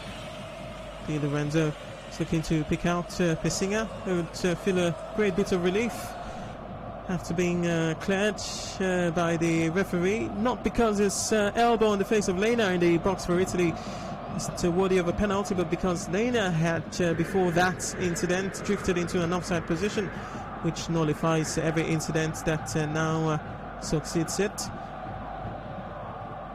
Acerbi back into Donnarumma. Acerbi once again. Jorginho would have it. Italians taking as much time as they can on the ball, long ball. Leonardo Bonucci looking to pick out Lorenzo Insigne, not the best man to send aerial balls into. And Austria would get a throw in. Lena, quite a recurring character in the various scenes that we've seen in the game so far. This time wins the throw in for Austria off the boots of the lap of Spinazzola, who was marking him at the time. And Kosi, someone is asking you if Ciro Immobile has an African root or is of African by blood. Certainly not. Certainly not. Ciro Immobile. So, just Italy with a chance. So they thought it's Dragovic. Lorenzo Insigne was always offside in that incident. He was looking to give it the chase.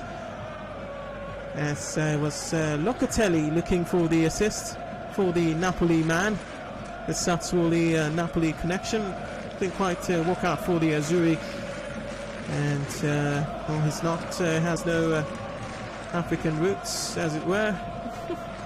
Born in Torre Annunziata in Italy 31 years ago, on the 20th of February 1990, Ciro Immobile has been in many places really.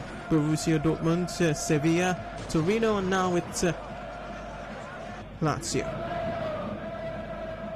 Austria, Sabitzer, drifting past to two of his markers, evading them quite brilliantly. Ball into Alaba, back into Marcel Sabitzer.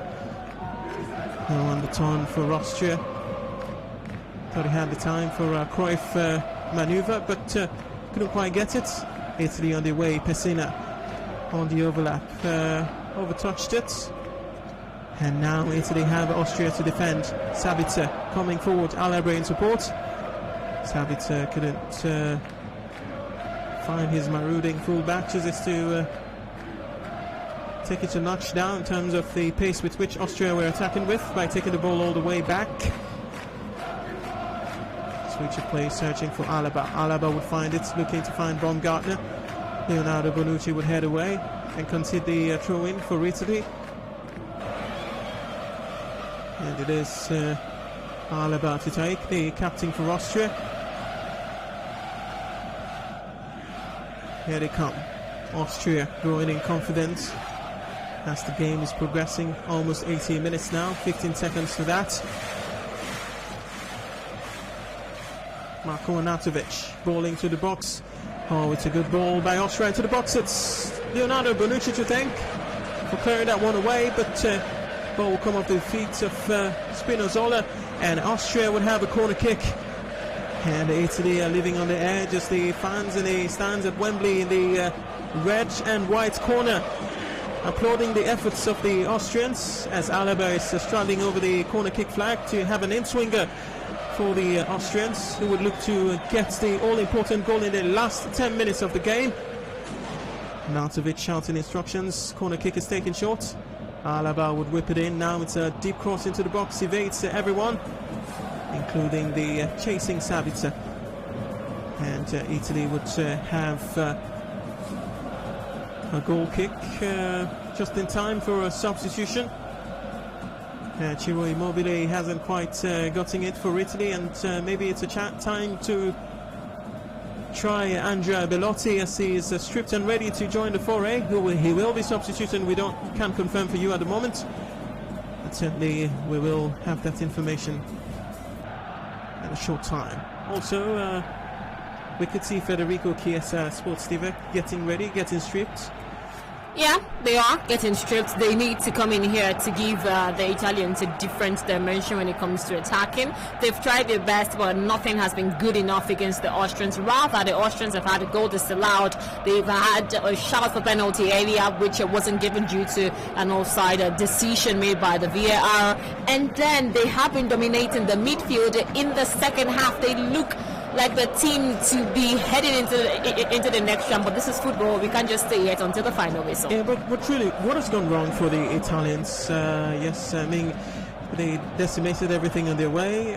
Turkey, Switzerland, Wales, up until this. Well, the Austrians, this is the first time they are making it past the group stages. The 3 times that they have been to the Euros.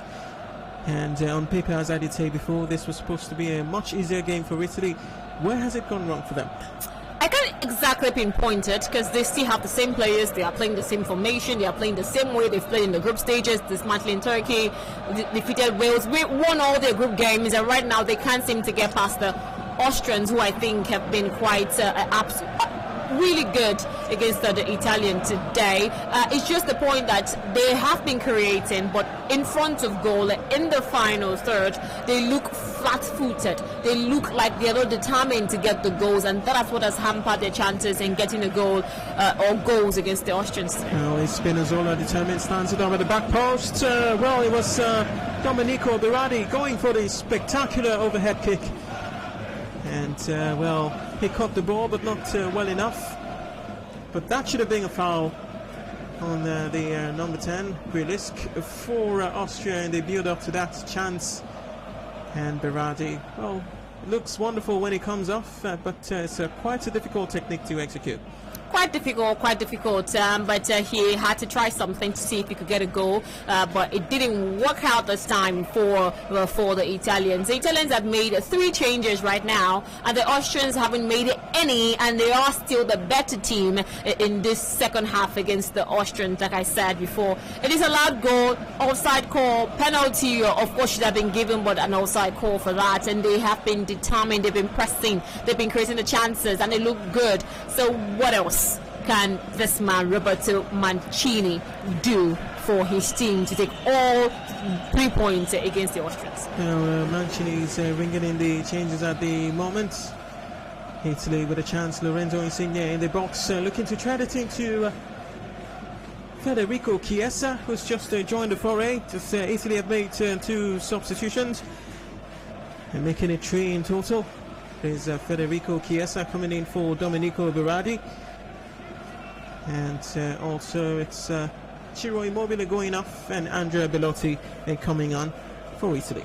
Yeah, 4 changes for the Italians. We're going to see, of course, Ciro Immobile taken out and Berardi taken out, with, of course, Verratti and Barella taken out. So 4 changes. And now Federico Chiesa is in, Bellotti is in, Locatelli is in, and Pessina is in for the Italians. Pessina, factor him in, and it's 4 changes in all for Italy. 1 more, as we could possibly be heading into 30 extra minutes for extra time, of course, if the scoreline stays this way within the next 6 minutes. Whatever Stuart Atwell and Antonio Taylor and the rest of the referee team decide to add after the expiration of the 90. Fourth official is Sandro Scherer from Switzerland. Here is Austria. In possession, comfortably at their own half of the pitch. Goalkeeper has it in Daniel Bachmann. Now they can set their forward players on the way. Dragovic finds Lena. Back into Dragovic. Dragovic with a long searching ball, looking to pick out David Alaba. Oh, it's headed into the path of Alaba by the Italian fullback. It's a speculative effort. Sabitzer going for the long range, but wouldn't come off as he's still straddling over to take the ensuing throw-in for Austria. Now, ball at the heart of the midfield, back into Hinte. Ronaldo is indeed into Rega with it, into centre-back partner Dragovic. Sabitzer. Long ball, looking to use the pace of the forward. Baumgartner. Run out of pitch. The Italians would marshal him to perfection as the ball goes away for a goal kick. As you could also see in the faces of the fans, it's the Italians who are looking disappointed in the stands. Well, it's the Austrians who are, feeling understandably so excited and yes, lending their voice in support of the boys in red and white. I understand the fact that they must and should be excited of how the Austrians have executed their plan against the Italians. But remember that if it ends this way, it will go to extra time, and the Italians have already added fresh legs in this game against the Austrians. So if, of course, Fuller doesn't want to make changes and waiting for extra time before he could make his own changes, it might not also help the Austrians, but maybe adding other fresh legs at the side might also give them options up front. Lena. Anywhere is good. That's the thinking of the fullback, as Italy are starting to mount a little bit more of pressure. Here is Spinazzola. Loses it now to Lema again, who's featured constantly, as I did point out before. Locatelli looking for Andrea Bellotti. It's Bachmann who would quickly claw the ball out of the air and send Baumgartner on his way. The Austrians are looking tired. Marquardt looks tired already. Okay, I don't think that's him. It's not him.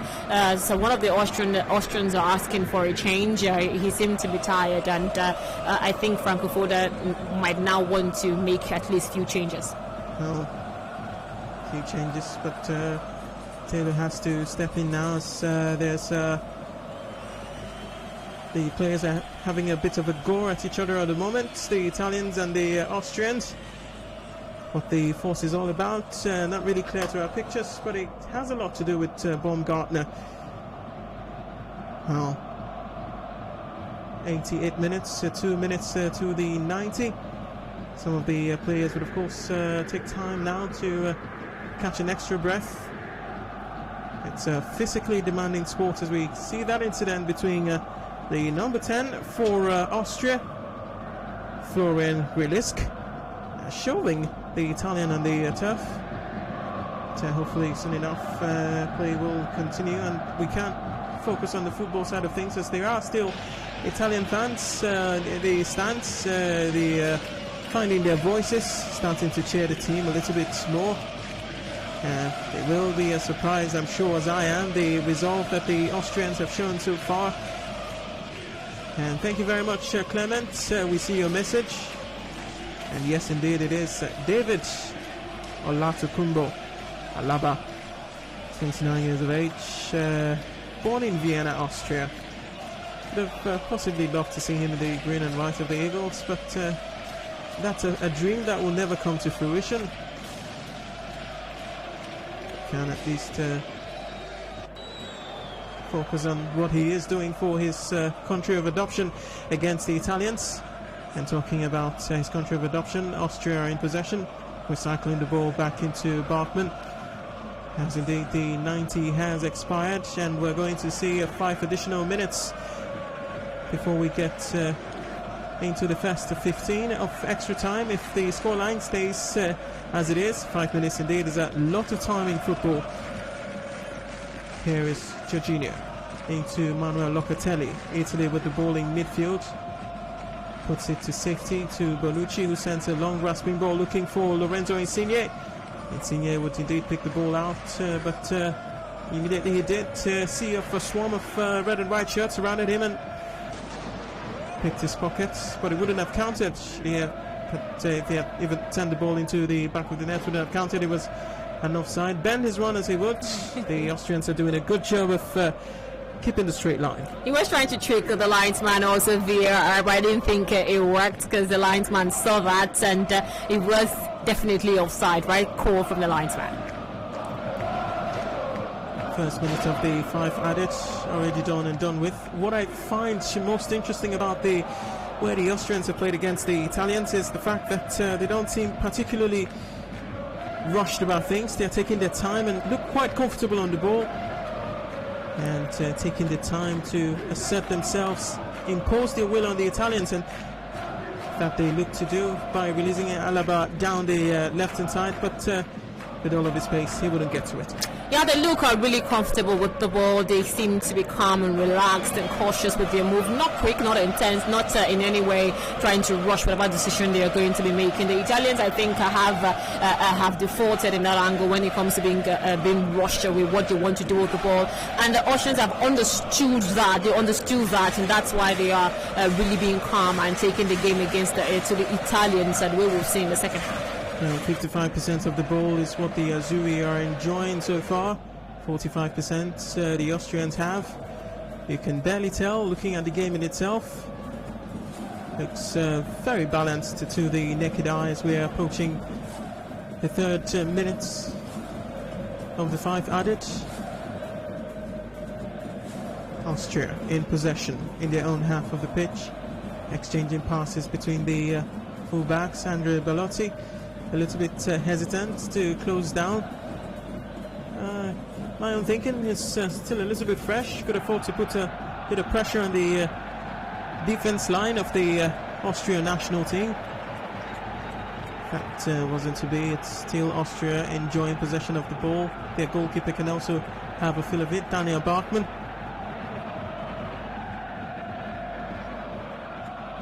Italy racing forward. Here they come. It is Spinazzola finding Lorenzo Insigne. Insigne goes back to Manuel Locatelli.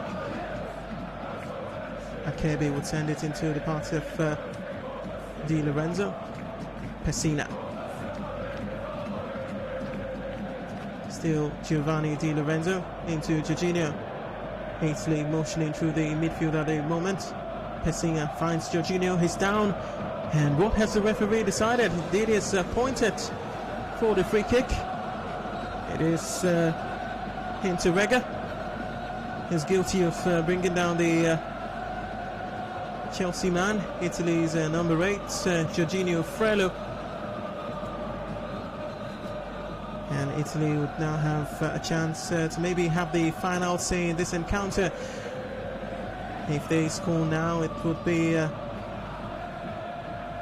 quite a leap of faith to assume that Austria would have time to recover it. It is Lorenzo Insigne going over to the right hand side of the Austrian box. They will be looking to whip it into the box, of course. That should be the more suitable option as opposed to having a direct crack at goal, you think?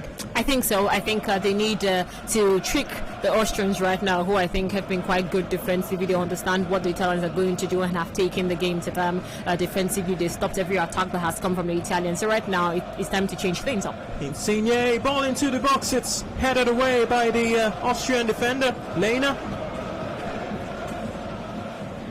And Lena still keeping an eye on things as Acerbi can send in the long throw for the Italians.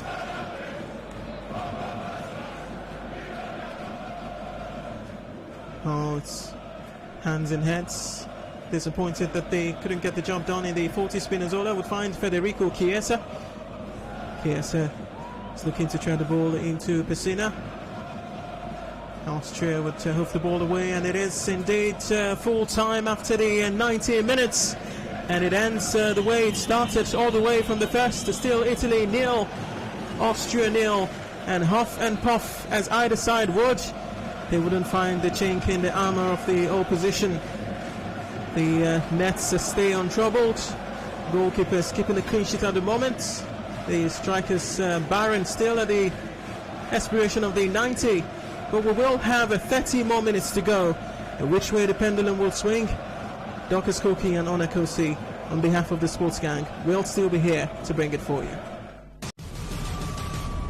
The European club football season is over, but football never sleeps. Enter the UEFA European Football Championship. The pandemic could only delay, but never deny the fans the excitement they crave as the Euros take center stage. It's Euro 2020 in 2021, with scenes all over the European continent, traversing state lines and capitals, from Rome to Baku, St. Petersburg, Amsterdam, Bucharest, Glasgow, Copenhagen, Seville, Munich, and London. The coverage is global, and the cast nationwide, covering every blade of grass on Nigeria's #1 radio station for sports and talk, Nigeria Info. Reach out for sponsorship and advertising. Euro 2020 with Femi and the gang on Nigeria Info. Live football, just the way you like it. The European club football season is over, but football never sleeps. Enter the UEFA European Football Championship. The pandemic could only delay, but never deny the fans the excitement they crave as the Euros take center stage. It's Euro 2020 in 2021, with scenes all over the European continent, traversing state lines and capitals, from Rome to Baku, St. Petersburg, Amsterdam, Bucharest, Glasgow, Copenhagen, Seville, Munich, and London. The coverage is global, and the cast nationwide, covering every blade of grass on Nigeria's #1 radio station for sports and talk, Nigeria Info. Reach out for sponsorship and advertising. Euro 2020 with Femi and the gang on Nigeria Info. Live football, just the way you like it. The European club football season is over, but football never sleeps. Enter the UEFA European Football Championship. The pandemic could only delay, but never deny the fans the excitement they crave as the Euros take center stage. It's Euro 2020 in 2021, with scenes all over the European continent, traversing state lines and capitals, from Rome to Baku, St. Petersburg, Amsterdam, Bucharest, Glasgow, Copenhagen, Seville, Munich, and London. The coverage is global, and the cast nationwide, covering every blade of grass on Nigeria's #1 radio station for sports and talk, Nigeria Info. Reach out for sponsorship and advertising. Euro 2020 with Femi and the gang on Nigeria Info. Live football, just the way you like it. The European club football season is over, but football never sleeps. Enter the UEFA European Football Championship. The pandemic could only delay, but never deny the fans the excitement they crave as the Euros take center stage. It's Euro 2020 in 2021, with scenes all over the European continent, traversing state lines and capitals, from Rome to Baku, St. Petersburg, Amsterdam, Bucharest, Glasgow, Copenhagen, Seville, Munich, and London. The coverage is global, and the cast nationwide, covering every blade of grass on Nigeria's #1 radio station for sports and talk, Nigeria Info. Reach out for sponsorship and advertising. Euro 2020 with Femi and the gang on Nigeria Info. Live football, just the way you like it.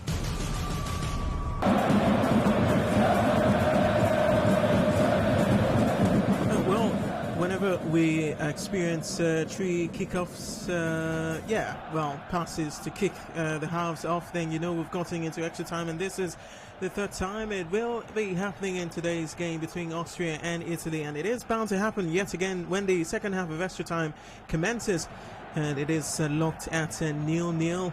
The first 15 minutes about to get underway in seconds. Of course, the kick from Andrea Bellotti would follow once Anthony Taylor sounds his whistle. It's just a matter of seconds now, just to make sure that all is in order. The Englishman, who knew that Italy, who now gets us underway, would require an extra 30 minutes to navigate their way past Austria, given the imperious form that they have been in prior to this round of 16 encounter. Credit to the Austrians. No minors in football, so they say. This is yet another,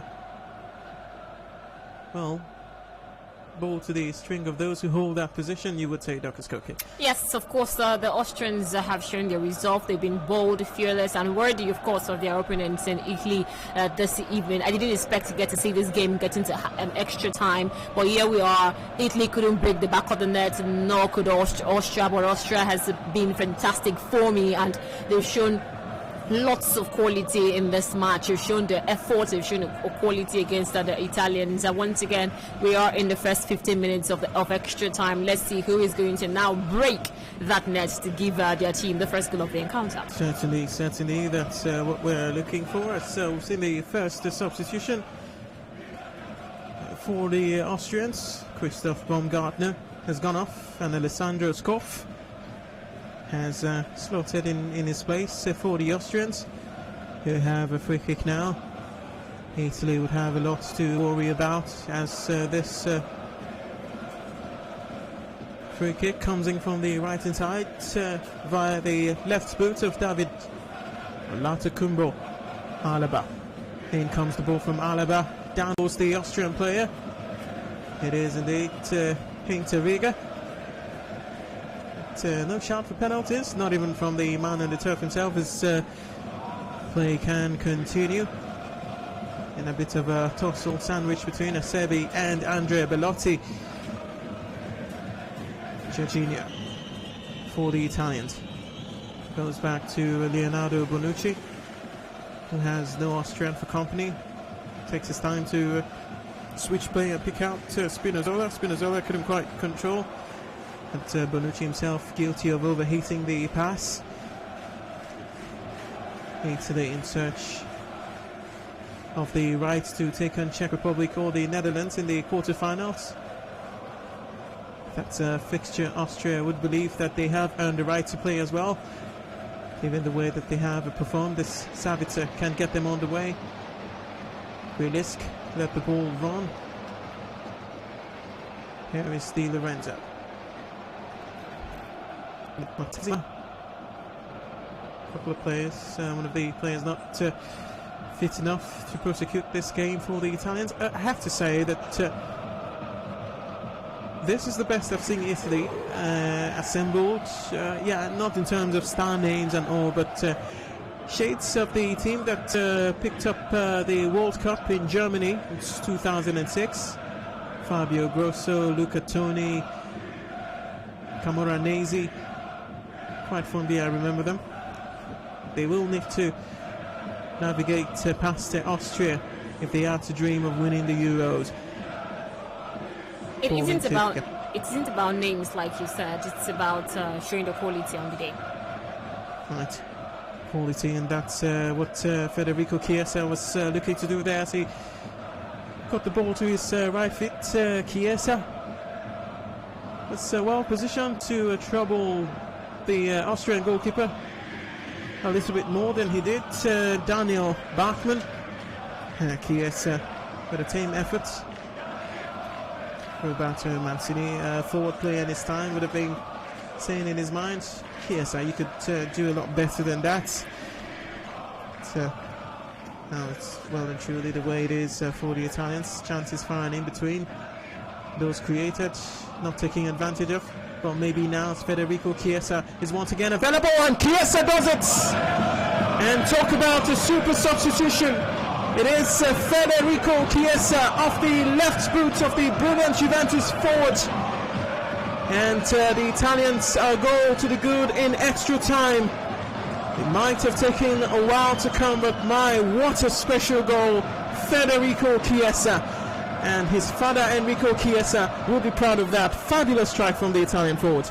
This time, the Italians broke the defense of the Austrians. The Austrians have been spectacular when it comes to the defense, but this time it was an unmarked Federico Chiesa who saw the ball coming to him, and he had to take the chance. He had to think David Alaba to contend with. David Alaba forgot that he had the man to mark, went to the middle of the park, and it was Chiesa who initially had to chest the ball down, try to dummy, of course, that man in Lima, and slotted the ball into the back of the net with his left foot, putting Italy ahead. Though it took extra time, but a win is a win and a goal is a goal. Not a win just yet, but the scoreline is remaining as Italy won, Austria 0.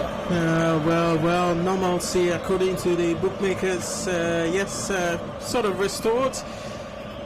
It is the Italians' goal to the good, fabulously executed by Federico Chiesa. And I did mention before that his father would be proud of this. He is indeed. Of course, the son of Enrico Chiesa, who played 22 times for the Azzurri between 1996 and 2001. Chiesa Senior played in Euro 96 and was at the time chosen quite spectacularly by Arrigo Sacchi, ahead of the likes of Roberto Baggio, Gianluca Vialli and Giuseppe Signori. His son is following in his footsteps.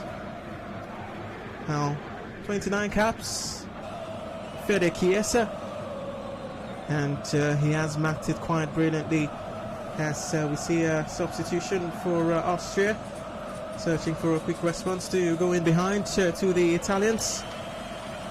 The switch in personnel will confirm for you in just a matter of seconds. It's Italy defending an assaulted a goal by the Austrians. Lorenzo Insigne can bring it away. He's 1 against 2. Can Insigne wiggle his way through? He doesn't, but he wins a corner kick for the Azzurri in the process. And just to confirm for you the substitution, it is Sasa Kaladzic coming in place of Marko Arnautovic.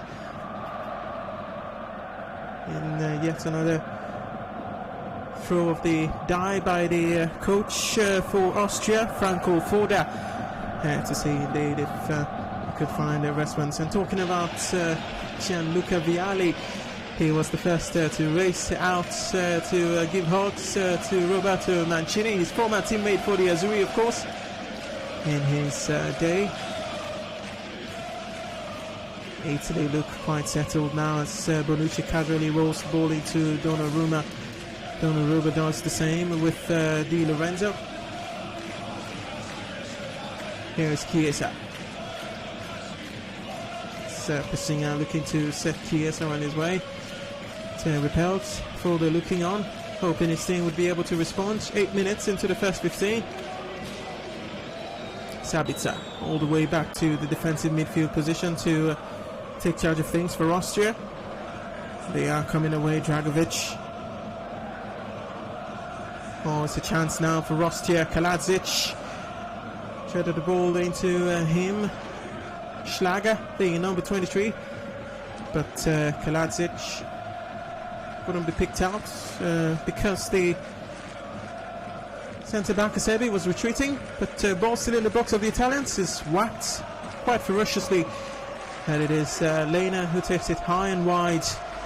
And good signs for Austria. At least Foda will be pleased that they are not letting their shoulders drop. They are still going on the offensive against the Italians in search of a leveler in this encounter. Before the Euro 2020, Kalajic was hyped before he came to this tournament, but he has had eventually acquired the tournament with Austria. But this time, can he, get the Austrians into the game against the Italians, who are leading this game, this match, 1-0 at it is. They need this win, or they need to bring themselves back into this game if they want to advance to the next stage of the competition.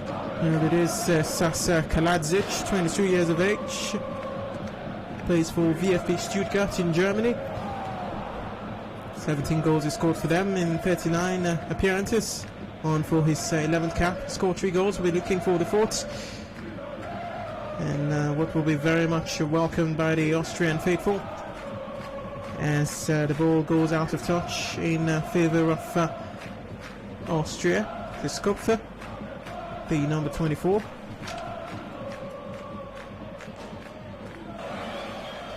Austria coming forward. Was looking to find Marcel Sabitzer. Sabitzer wouldn't get it. Donnarumma would. Kalajic would approach, and Donnarumma would gather, taking as much seconds off the clock as he would, as we are 5 minutes before the expiration of the first 15 minutes of extra time. It is the UEFA Euro 2020 happening in 2021. Round of 16 clash. Italy versus Austria. First 45 0-0, second 45 0-0 as well. And in extra time, Federico Chiesa would stand up to be counted, to the joy and delights of Italian faithfuls all across the world. Goal must have been celebrated in places far and near from Wembley, where this fixture has been prosecuted.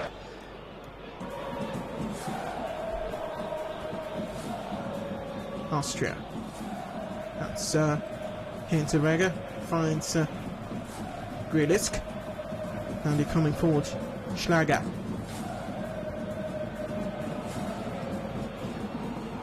Intricate passing between the midfield players for Austria, but no opening yet found. Alaba will switch play to the left-hand side. It's Kalajic. Now it's a cross into the box. Bunch of Austrian players looking to attack, but always going to be difficult to beat Gianluigi Donnarumma to it. Oh, massive as they come. Donnarumma leaving Milan, of course, to where we don't know as when the club season resumes after the Euros. 22 years of age, wouldn't be short of tutors. The youngest goalkeeper to ever appear for Italy did that when he was aged 17 years, 189 days. He grew up idolizing Gigi Buffon, and Gigi Buffon's place he is taking at the moment. Di Lorenzo being chased by Marcel Sabitzer. Di Lorenzo will send the ball forward into Andrea Bellotti.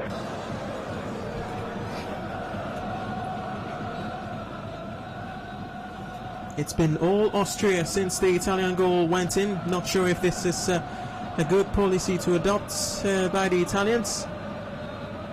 Maybe indeed it's 2 against 2. It's Andrea Bellotti. Insigne in support. Could have held the ball a little bit more, waiting for Chiesa's arrival, but it is Hinteregger who would bring down the Torino forward, Andrea Bellotti. And he's taking one for the team, understandably. Well, could have been worse for the Austrians had Andrea Bellotti held his breath a little bit more, because Lorenzo Insigne was racing forward in support.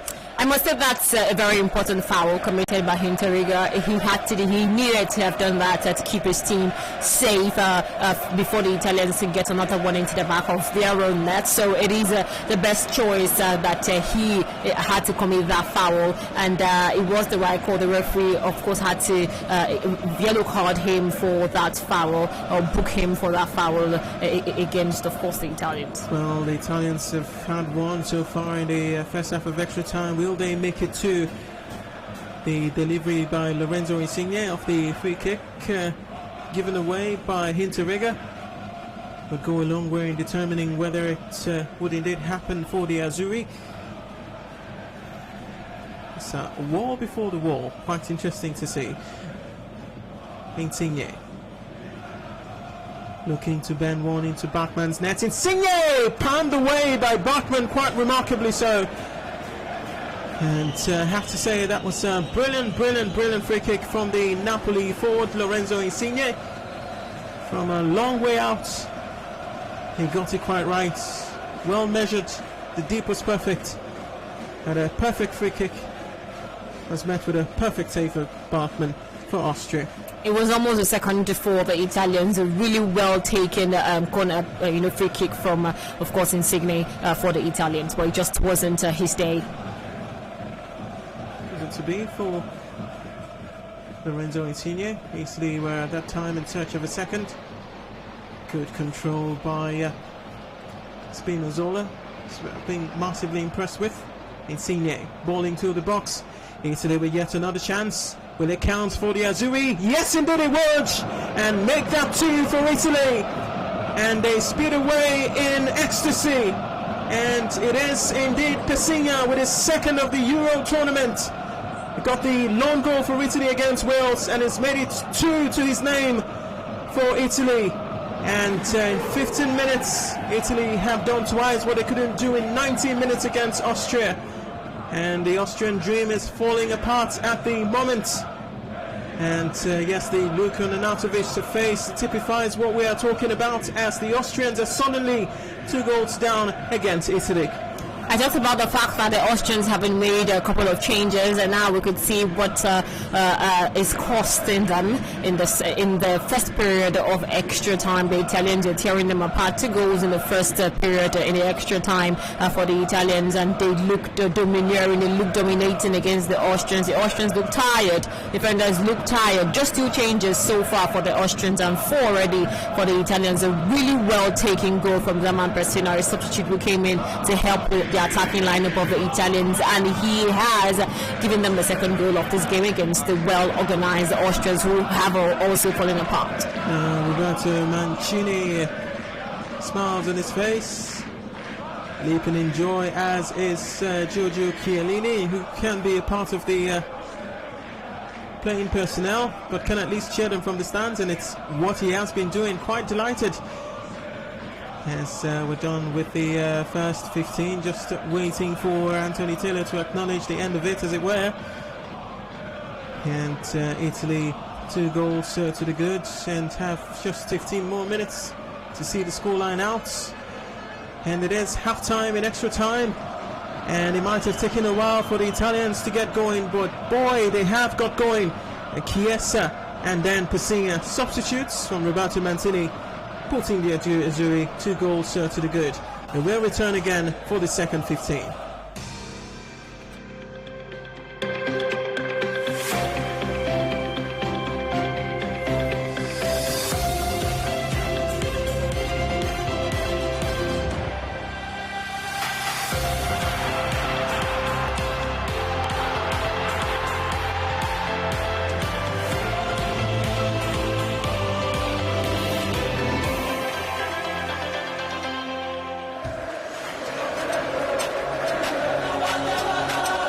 Football season is over, but football never sleeps. Enter the UEFA European Football Championship. The pandemic could only delay, but never deny the fans the excitement they crave as the Euros take center stage. It's Euro 2020 in 2021, a tournament with a difference, with scenes all over the European continent, traversing state lines and capitals, from Rome to Baku, St. Petersburg, Amsterdam, Bucharest, Glasgow, Copenhagen, Seville, Munich, and London. The coverage is global and the cast nationwide. They seem to keep hold of the ball, see so much of the ball, but at the end of the day, they tend to do little or nothing with the ball. Rotated into the box!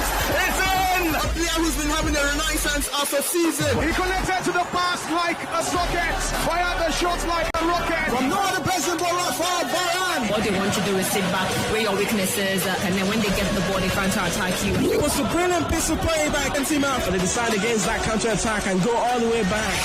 Beautiful! Trent Alexander-Arnold Ronaldo, 38 meters. This is your goal of the week. When you defend, you can defend for 91 minutes, and just for 1 minute, everything will change. He completes his hat trick. He's in the pursuit of perfection. Best days are behind him already, and young managers are picking up the match. Covering every blade of grass for a full month from 11th June to 11th July 2021.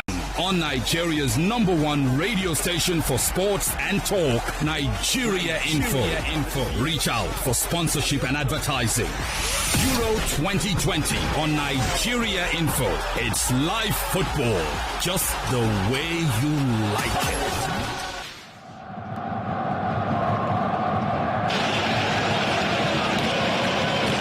The 7:15 on the way. Italy 2 goals to the good. Just will be now looking to see out the scoreline, as it were. And if it stays this way, and I have to apologise for earlier, it's not the Dutch team or the Czech national team. It's going to be Portugal or Belgium to face Italy should they see out this game, as it were. What a snapshot from Austria, looking for a quick response in the start of the second 15.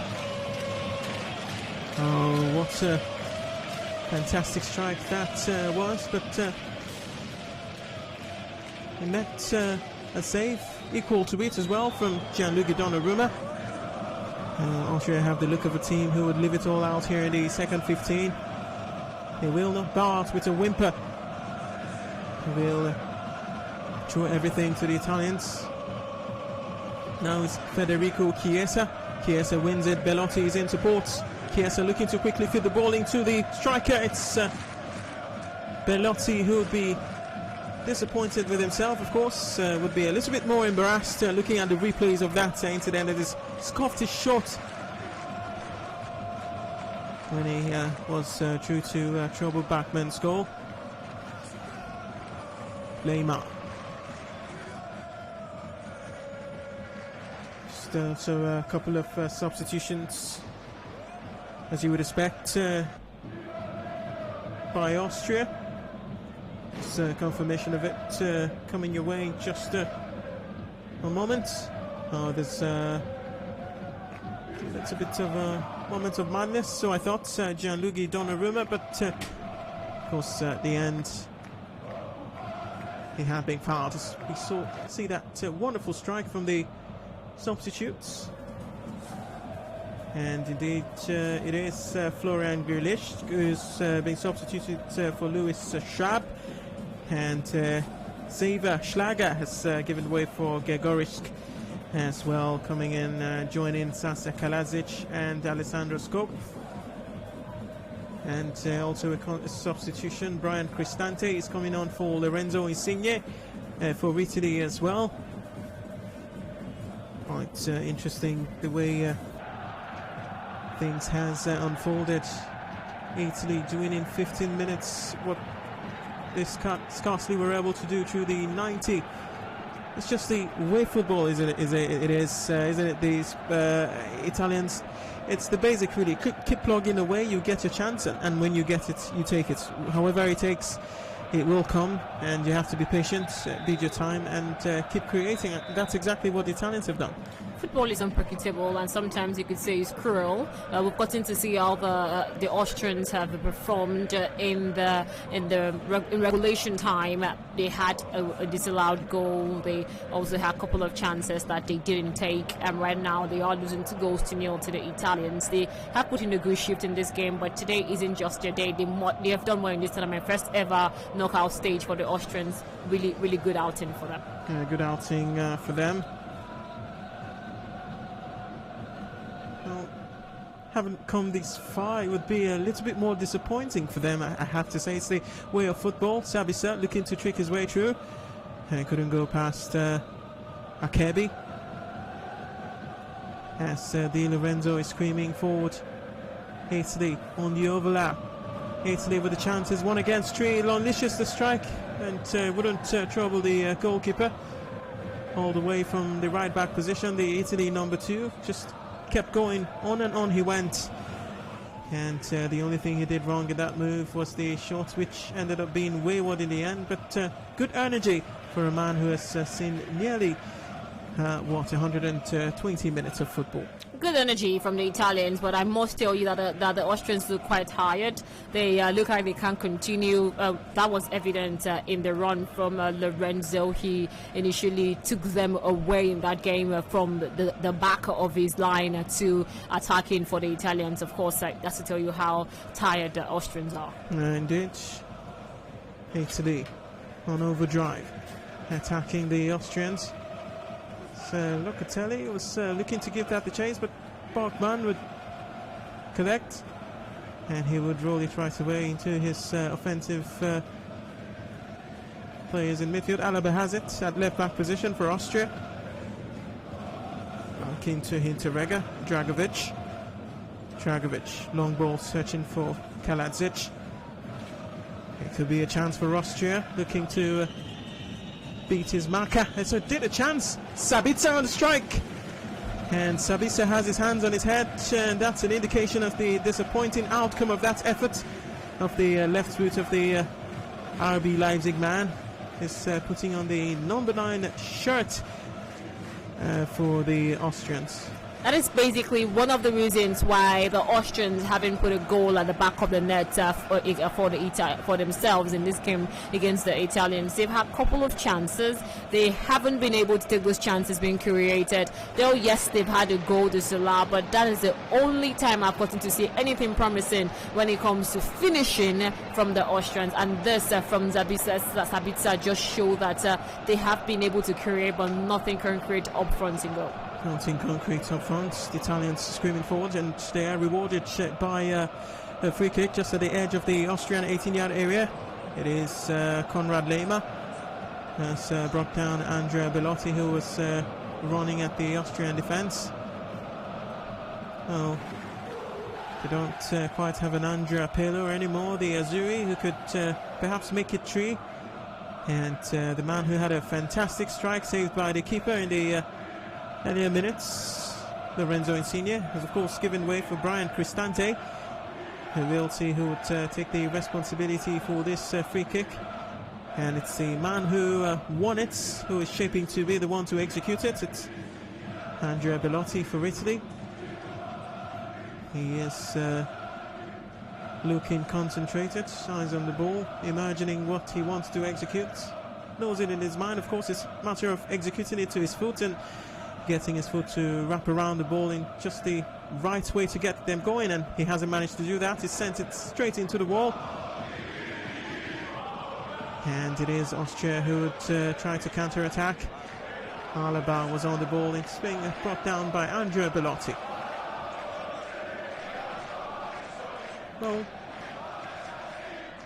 the number 8, David Alaba, would be enjoying a new phase of life in Spain when the season resumes. Has of course signed for Real Madrid, and we will see how he will look in the white of the Los Blancos as Kaladzic stays strong in the box. And Austria still asking questions. It is Schaub who came in as a substitute for Gridisk in midfield. Off his left boot, is asking for the corner kick. It is the corner kick. Now grazed off the back of Spinazzola. As there is yet another Ilsanka coming off for Konrad Lehmer. And straight into the Italian box to see if he can get his side going with possibly his first touch of the game.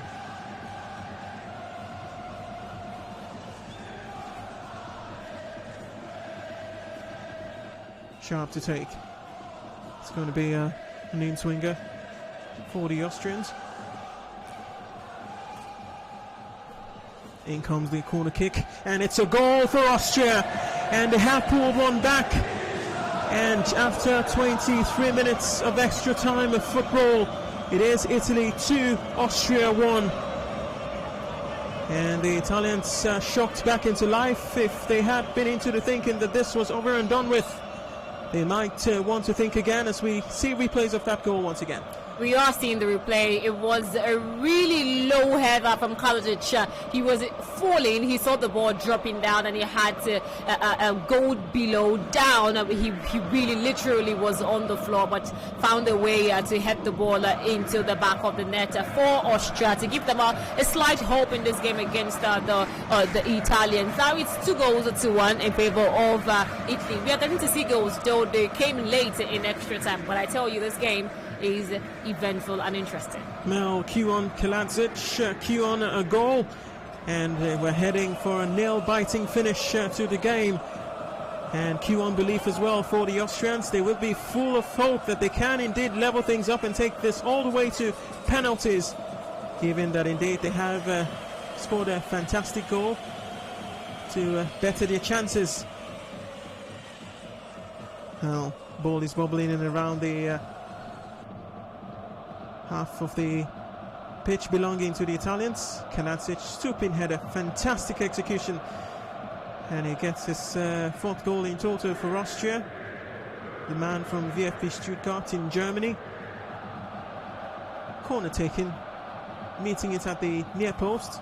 Kalajdzic, and Mancini is giving an ironic smile. He knows with all of the experience in football that it's not over until it's over. Right now we've seen another change from the Austrians. They brought in Christopher Trimmel in exchange for Stefan Reiner, and that is going to make it about 6 changes for the Austrians. 6 changes for the Austrians. Extra changes of course allowed in extra time, but quite down to that number. Quite remarkable. Through the 90. We didn't experience a goal from either of the sides, but in extra time we've seen 3 going, 2 for Italy, 1 for Austria, and we're 4 minutes away from having Italy progress through the quarterfinals to take on either Portugal or Belgium, and we're 4 minutes away for the Austrians to try to work some miracle to level things up and take this all the way to penalties. And it is the substitutes. It's Lema who would give Italy the free kick.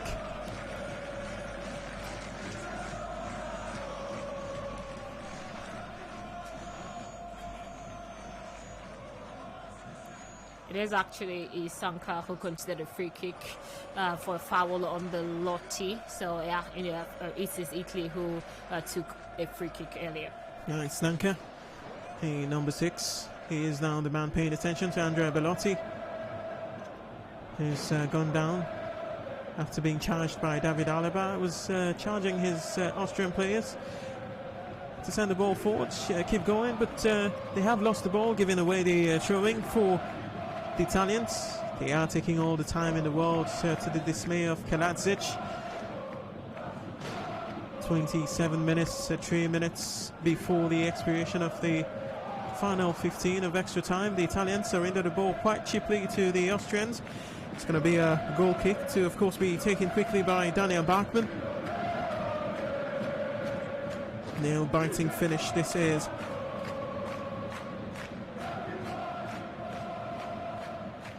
Now, the Austrians are approaching, sending the ball deep into the box. Kalajdzic ahead. Kalajdzic will collect, and it's yet another effort. Pretty close for Austria, and his teammates, Gregoritz with the strike. Teammates, if they had known that the ball wasn't actually headed towards goal, they might have just gotten in the way of it and deflected into the back of the net, but it's all gone, isn't it? It's all gone. There is no corner, there is no free kick for the Austrians to try again, but they are now looking really dangerous in front of goal. They are trying to equalize this against the Italians, but is it going to be fruitful for the Austrians? Are they going to keep their hopes alive with an equalizer here tonight at Wembley? We're yet to see that happen. It is Kalajdzic giving the chase. Akebi with a weak pass back to his goalkeeper, Donnarumma, who hoofs it forward. Bellotti would climb highest to win it. It is Manuel Locatelli looks to free his attacker, and it's going to be 3 for Italy. Or would it? It wouldn't count as a result of the best efforts of the retreating defender for Austria. And Italy nearly got the insurance goal that would have killed off this game completely. But Austria survive, and Austria can launch an attack. And here's Islanka. Lanky Islanka back to defensive player, loses the ball again. Islanka, Jorginho. Italy on the way. It is 3 against 3. It is Cristante running at the Austrian defenders, barged into by Hinteregger.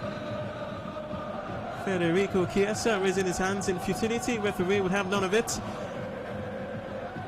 It's end-to-end finish to the game. 29 minutes 53 seconds, and it will soon be over in favor of Italy if Austria don't do something about it.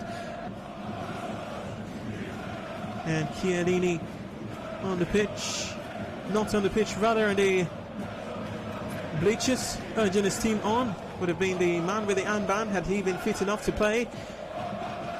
1 minute of added time, 19 seconds of which has already been played. Italy on their way to the quarterfinals to take on Portugal or Belgium. Donnarumma with a chance to send the ball as far away as possible from the Italian goal as Alexander Dragovic is booked.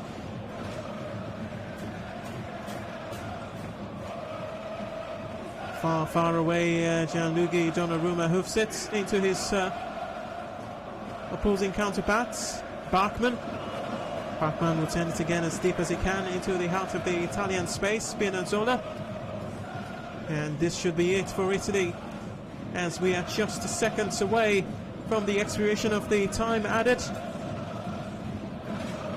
Ball in the Italian box. Di Lorenzo will send it away.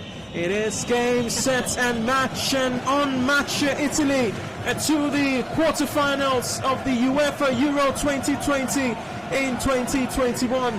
As spirited a performance as it was for Austria, Franco Foda's men will bow out, but would bow out with their heads held high, having given the Italians a run for their money. But everything that has a beginning has an end, and this is where the journey ends for Austria.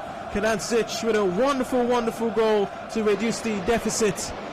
But one goal more is what Italy needed, and that's what they have, as David Alaba is unlacing his boots for his best efforts. Austria are down and out. Austria are down and now out, but they would leave the stadium, will leave the Euro 2020 with their heads held up high. They had to take Italy to extra time before they exited the tournament, Euro 2020 as it is. And you could see David Alaba frustrated, but I would say they've had a good run at the Euro 2020. Well, they have had a good run. This is a game I never thought they would take to the Italians, and that's exactly what they have done. Well, yes, the inevitable disappointment will be there, but when they really think about it, it's been a fabulous performance. It ends full time. Italy 2, Austria 1. The European club football season is over, but football never sleeps. Enter the UEFA European Football Championship. The pandemic could only delay, but never deny the fans the excitement they crave as the Euros take center stage. It's Euro 2020 in 2021, with scenes all over the European continent, traversing state lines and capitals, from Rome to Baku, St. Petersburg, Amsterdam, Bucharest, Glasgow, Copenhagen, Seville, Munich, and London. The coverage is global, and the cast nationwide, covering every blade of grass on Nigeria's #1 radio station for sports and talk, Nigeria Info.